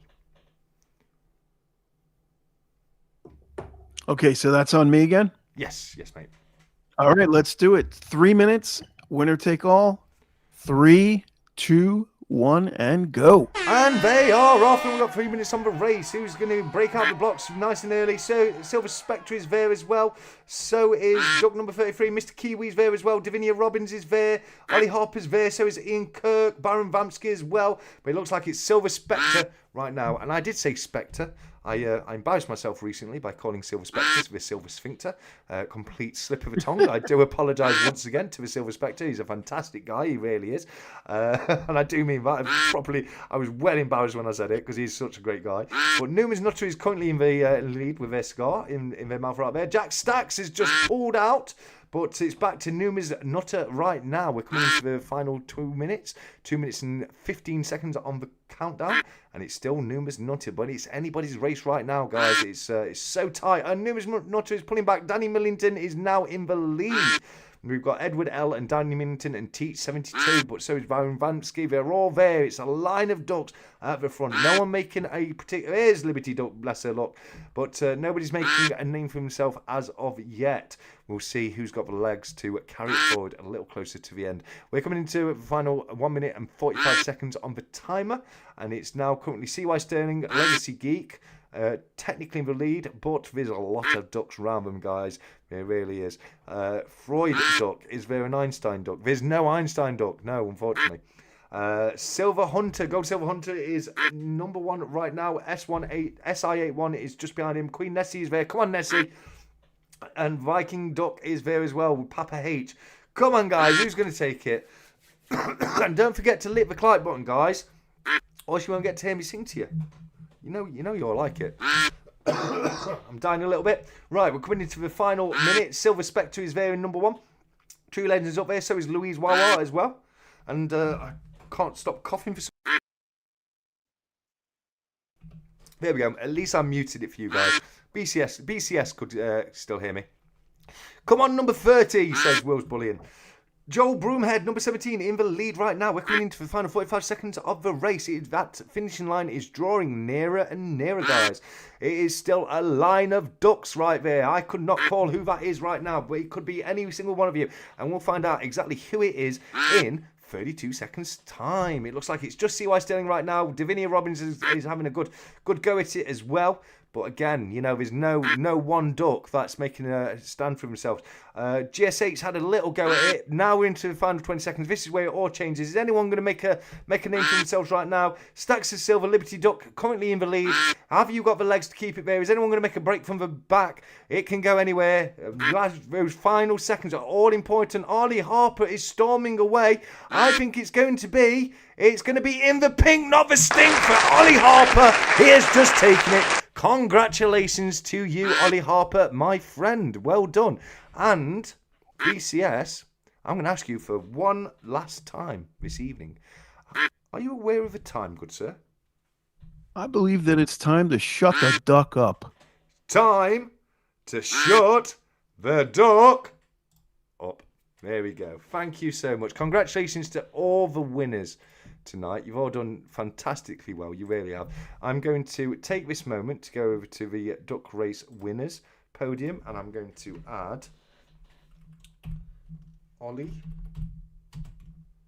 there, and I'm also going to Ollie H, and I'm also going to add who was it? I forget so quickly. Who was it that won that one? Ollie. Tongue. No. I've got Ollie. No. The bundle. Oh, it was Sound Money Stacking. That's who it was. Yeah. Sound Money Stacking. Well done. That's his first win as well. So, guys, Ollie and Sound Money Stacking, get your addresses over to me and I will get your winnings out to you on Tuesday. Thank you so much for everyone who took part and got involved.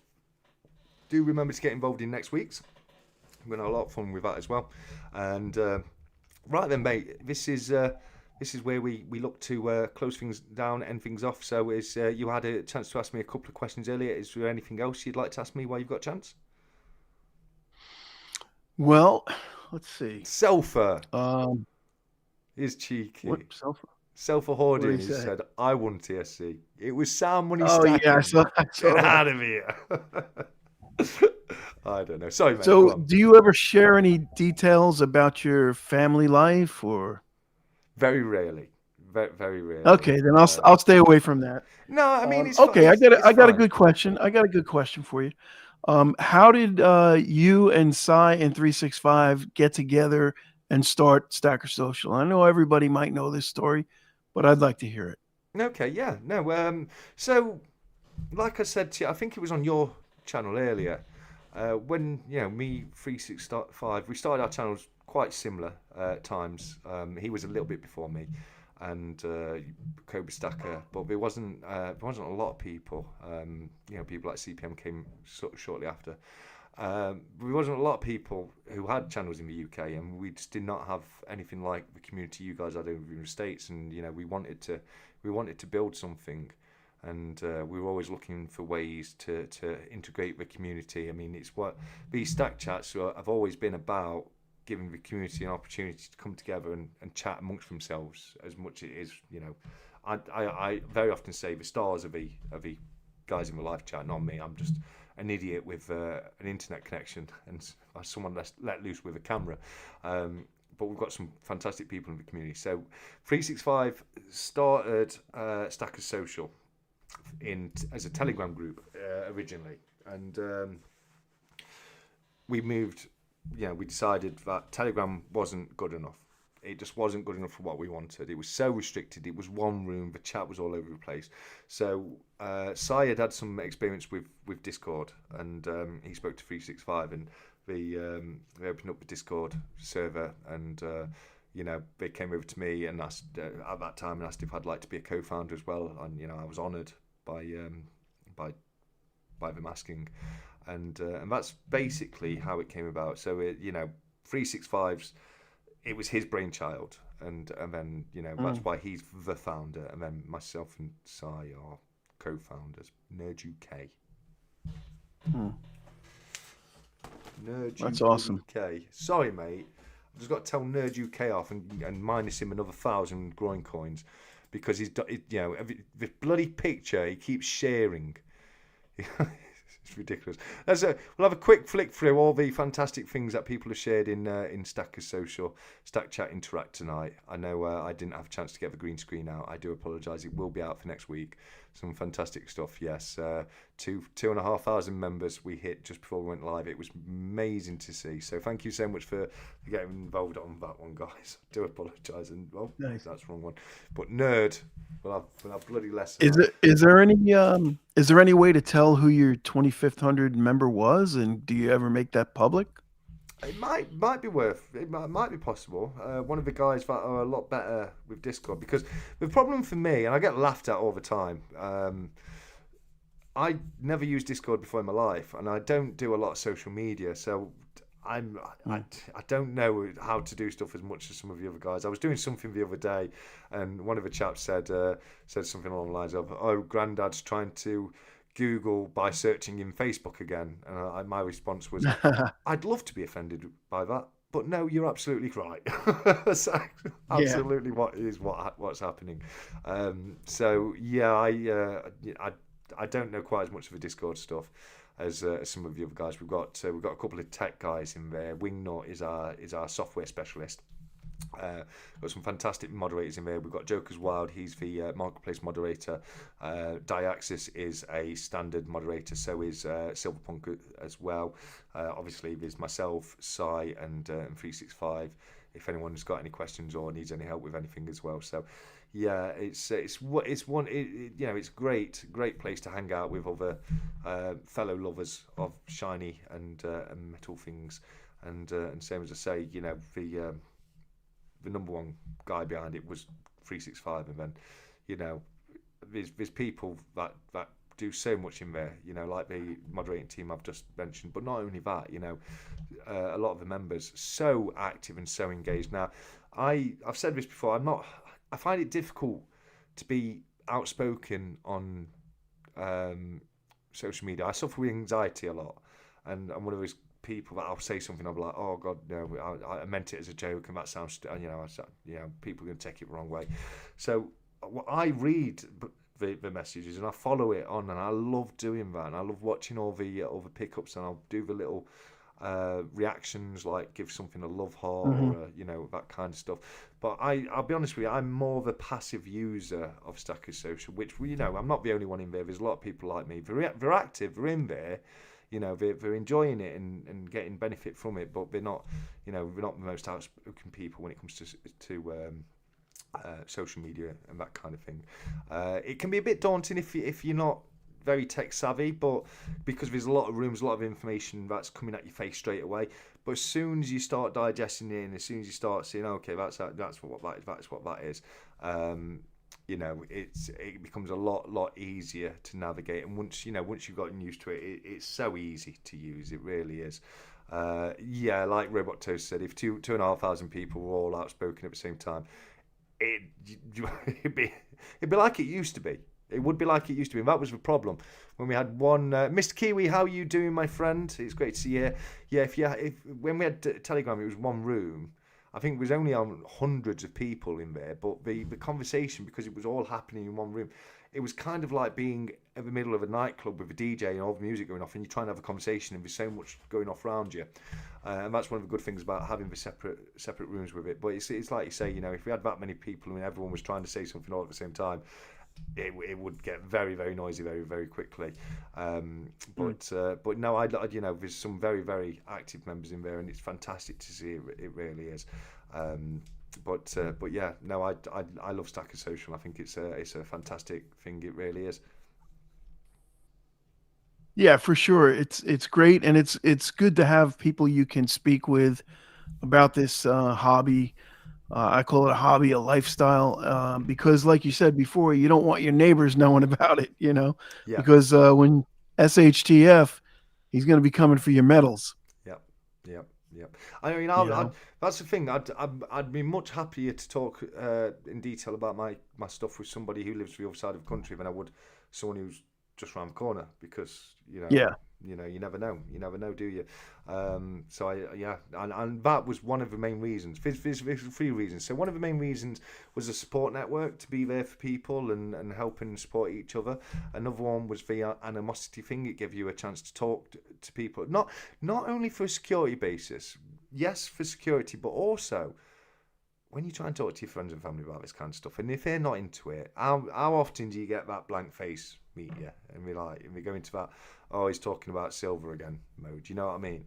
But when you do it in Stacker Social, because it's other like-minded people that are into that kind of thing, you know, we're not like, oh, talking about silver again, get out. You know, we're actually interested. We want to see your bits, and we want to hear that kind of thing. So that's one of the reasons. Another one was to like try and get silver as cheap as possible. So which is why we came up with the marketplace. We also have a list of people who sell like a dealer directory in there as well, and we also try and put as many resources and things that would help new stackers in there as we can as well. Oh, that's sorry, before we go any further, just to remind everyone, because we can see it in the chat, Yorkshire Coin Fair tomorrow, guys. It's the last one of the year. I will once again be there with the trusted Sigma investor. If anyone would like a demo, just to show how fantastic of a machine they are, and they are a fantastic machine, I'm more than happy to do that. Just pull me to one side and, you know, I'll show you how it works and that kind of thing. So if anyone's interested in that and you want to have a look at it before you perhaps buy, do come on down and let me know. But we're, you know, hopefully there'll be a good group of us tomorrow. We'll do our own thing up in the fair, walk around and get the different bits, and then we'll go down and take out a second mortgage for a coffee. Oh, I found out, guys. All right, this last month. Right, if you go for a coffee, tell them you're part of the fair. Just say, "Oh, part of the fair, yeah," and you get a discount on coffee downstairs. But that's true. That's true. Yeah. Don't abuse it. So, but yeah, if you tell them at the counter you're with the fair, just say, "Oh, I'm with fair," you get a discount, which was just good to know. Tell them put it on the Stack Collectors tab. Yeah, just put it on Stack Collectors tab. He'll pay for everything. But he won't. What do you men? Everyone fought for chokers. I thought it was only me that was thoughtful. Oh yeah, because you're the thoughtful stacker, for sure. What your husband isn't into it, is there a film that he loves and you get him silver rounds? I wish my life stacked. My wife, I think that is stacked, but she's not interested. Lovely lady though. I've met Self Holding's wife. Absolutely lovely lady, and I hope to meet you again going forward, Selfa.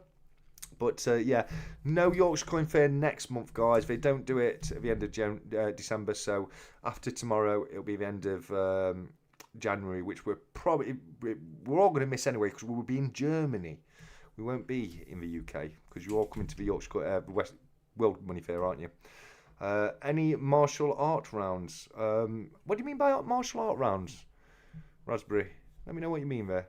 There's all sorts. You get old world silver, pre-decimal silver, non-silver coins, bully. There is bullion there. You know, not an abundance of bullion, but there is always some bullion there at least. There's proofs, there's gold, there's all sorts. There's a guy with a musket that was used in Waterloo. He won't sell it to you, but he'll happily chew your ear off about it for about an hour. Fantastic. He's a lovely guy. He's up in, as you go in, he's at the back. Yeah, he's a nice chap. He's got some wonderful, beautiful pieces, but they have a bit of a premium with them. There is martial arts one from Korea. What do you mean by martial arts rounds? I'm really confused. Now that would I'm lost on that one too. Yeah. Do you mean just like what BBA's just said, like something commemorating Bruce Lee or something? Is that what you mean? He likes Batman too. Now, there's obviously some Batman stuff out there, isn't it? You've got the Batman logos, you've got the Batman rounds and all that, so there's definitely some Batman stuff out there. Hordian asked what films my hubby likes. Okay. So yeah, you're just talking about rounds that are based on that kind of thing. I get what you mean there. The Punk Thoughtful Stacker bar looks amazing. Yeah, it did look good, that did. Can you see my comments? Yes, up. Yeah, I've been responding to them. I've been asking what a martial arts round is. So look, yeah, I can't wait, nerd. Yeah, I can't wait till tomorrow. Sammy's coming from Whatnot. True Legends open to be there. Nerd's going to be there with Mini Nerd.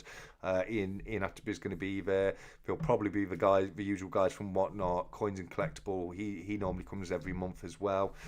Granite City sometimes pops down and comes down. So yeah, it should be a good group tomorrow. It really should. So I'm looking forward to it. Got to be up bright and early. I'm going to be bringing Bjorn10 with me again, so hopefully I'll be able to see him tomorrow on the way, and I'll grab him, bring him up with me, and yeah, it'll be a good laugh. It will. Ignore me, so you're fine. My phone lags, sorry. No, you're fine, Raspberry. Don't worry about that. If on Discord, message me, and I'll send pics of some rounds for you to look at. There you go. Yeah, if I see anything martial arts kind of related, I'll let you know. For sure. If there's a tram, says Bjorn. Yeah, fingers crossed. If not, if you can't make it, don't worry. Just let me know as soon as possible, mate. That's no trouble at all. But if you can make it, it's no issue for me to just pull off the motorway, pick you up, and get back on. So don't worry about that. Oh yes, there's judo and taekwondo. Judo and taekwondo 50p's. There you go. BBA, you forgot one. You just want the IKEA hot dogs. I might, even if Bjorn doesn't come, I might pull into a IKEA for a hot dog, to be fair. Yeah, what is it, 99p for 90p for a hot dog or whatever it is. Can't go wrong. Lovely, a bit of caramelised onion on it, mustard and ketchup. Get some meatballs to go with it. Get some dime bars. You know, IKEA. I don't go to IKEA for furniture. I go for IKEA for food nowadays. That's the only reason I go. He does judo. There you go, judo, 50p. He's an instructor. There you go. Perfect. Meatballs from IKEA. Yeah, for sure. Sweet Swedish meatballs. Nerd, only 2 days to go before you can post your pick everywhere. Yes, December, it is, it's no holds barred with the ghastly Mankini putting the star on the Christmas tree. That photo has haunted me for nearly 3 years now, that has. I've got me. I was addicted way before that, Bjorn. I was, but you definitely rekindled my love for the IKEA hot dog. I used to live literally 5 minutes up the road from our local IKEA, and I used to go in there all the time. But now, since I moved to a different town, I'm a bit further away. What time is the goal tomorrow? So 7 p.m, mate. 7 p.m. Yeah, I'll stick. I was thinking maybe do a bit earlier, but I'll stick to 7 p.m. And hopefully you can come across and make it. I'll put the link out for the gold members in the usual way, which I have to do because of bloody doing it through OBS. But it should be good laugh. I'll show you now, very quick. Oh, no, it should be. Pull me bloody cable out. So these are what I've got for you, golden gods and goddesses. We've got a beautiful gold-plated sterling silver restrike of the Edward III Noble, which I have just caught. It nearly tried to run away from me, but you've got that. That's about 20 grams, and because it's got to be at least a troy ounce in silver.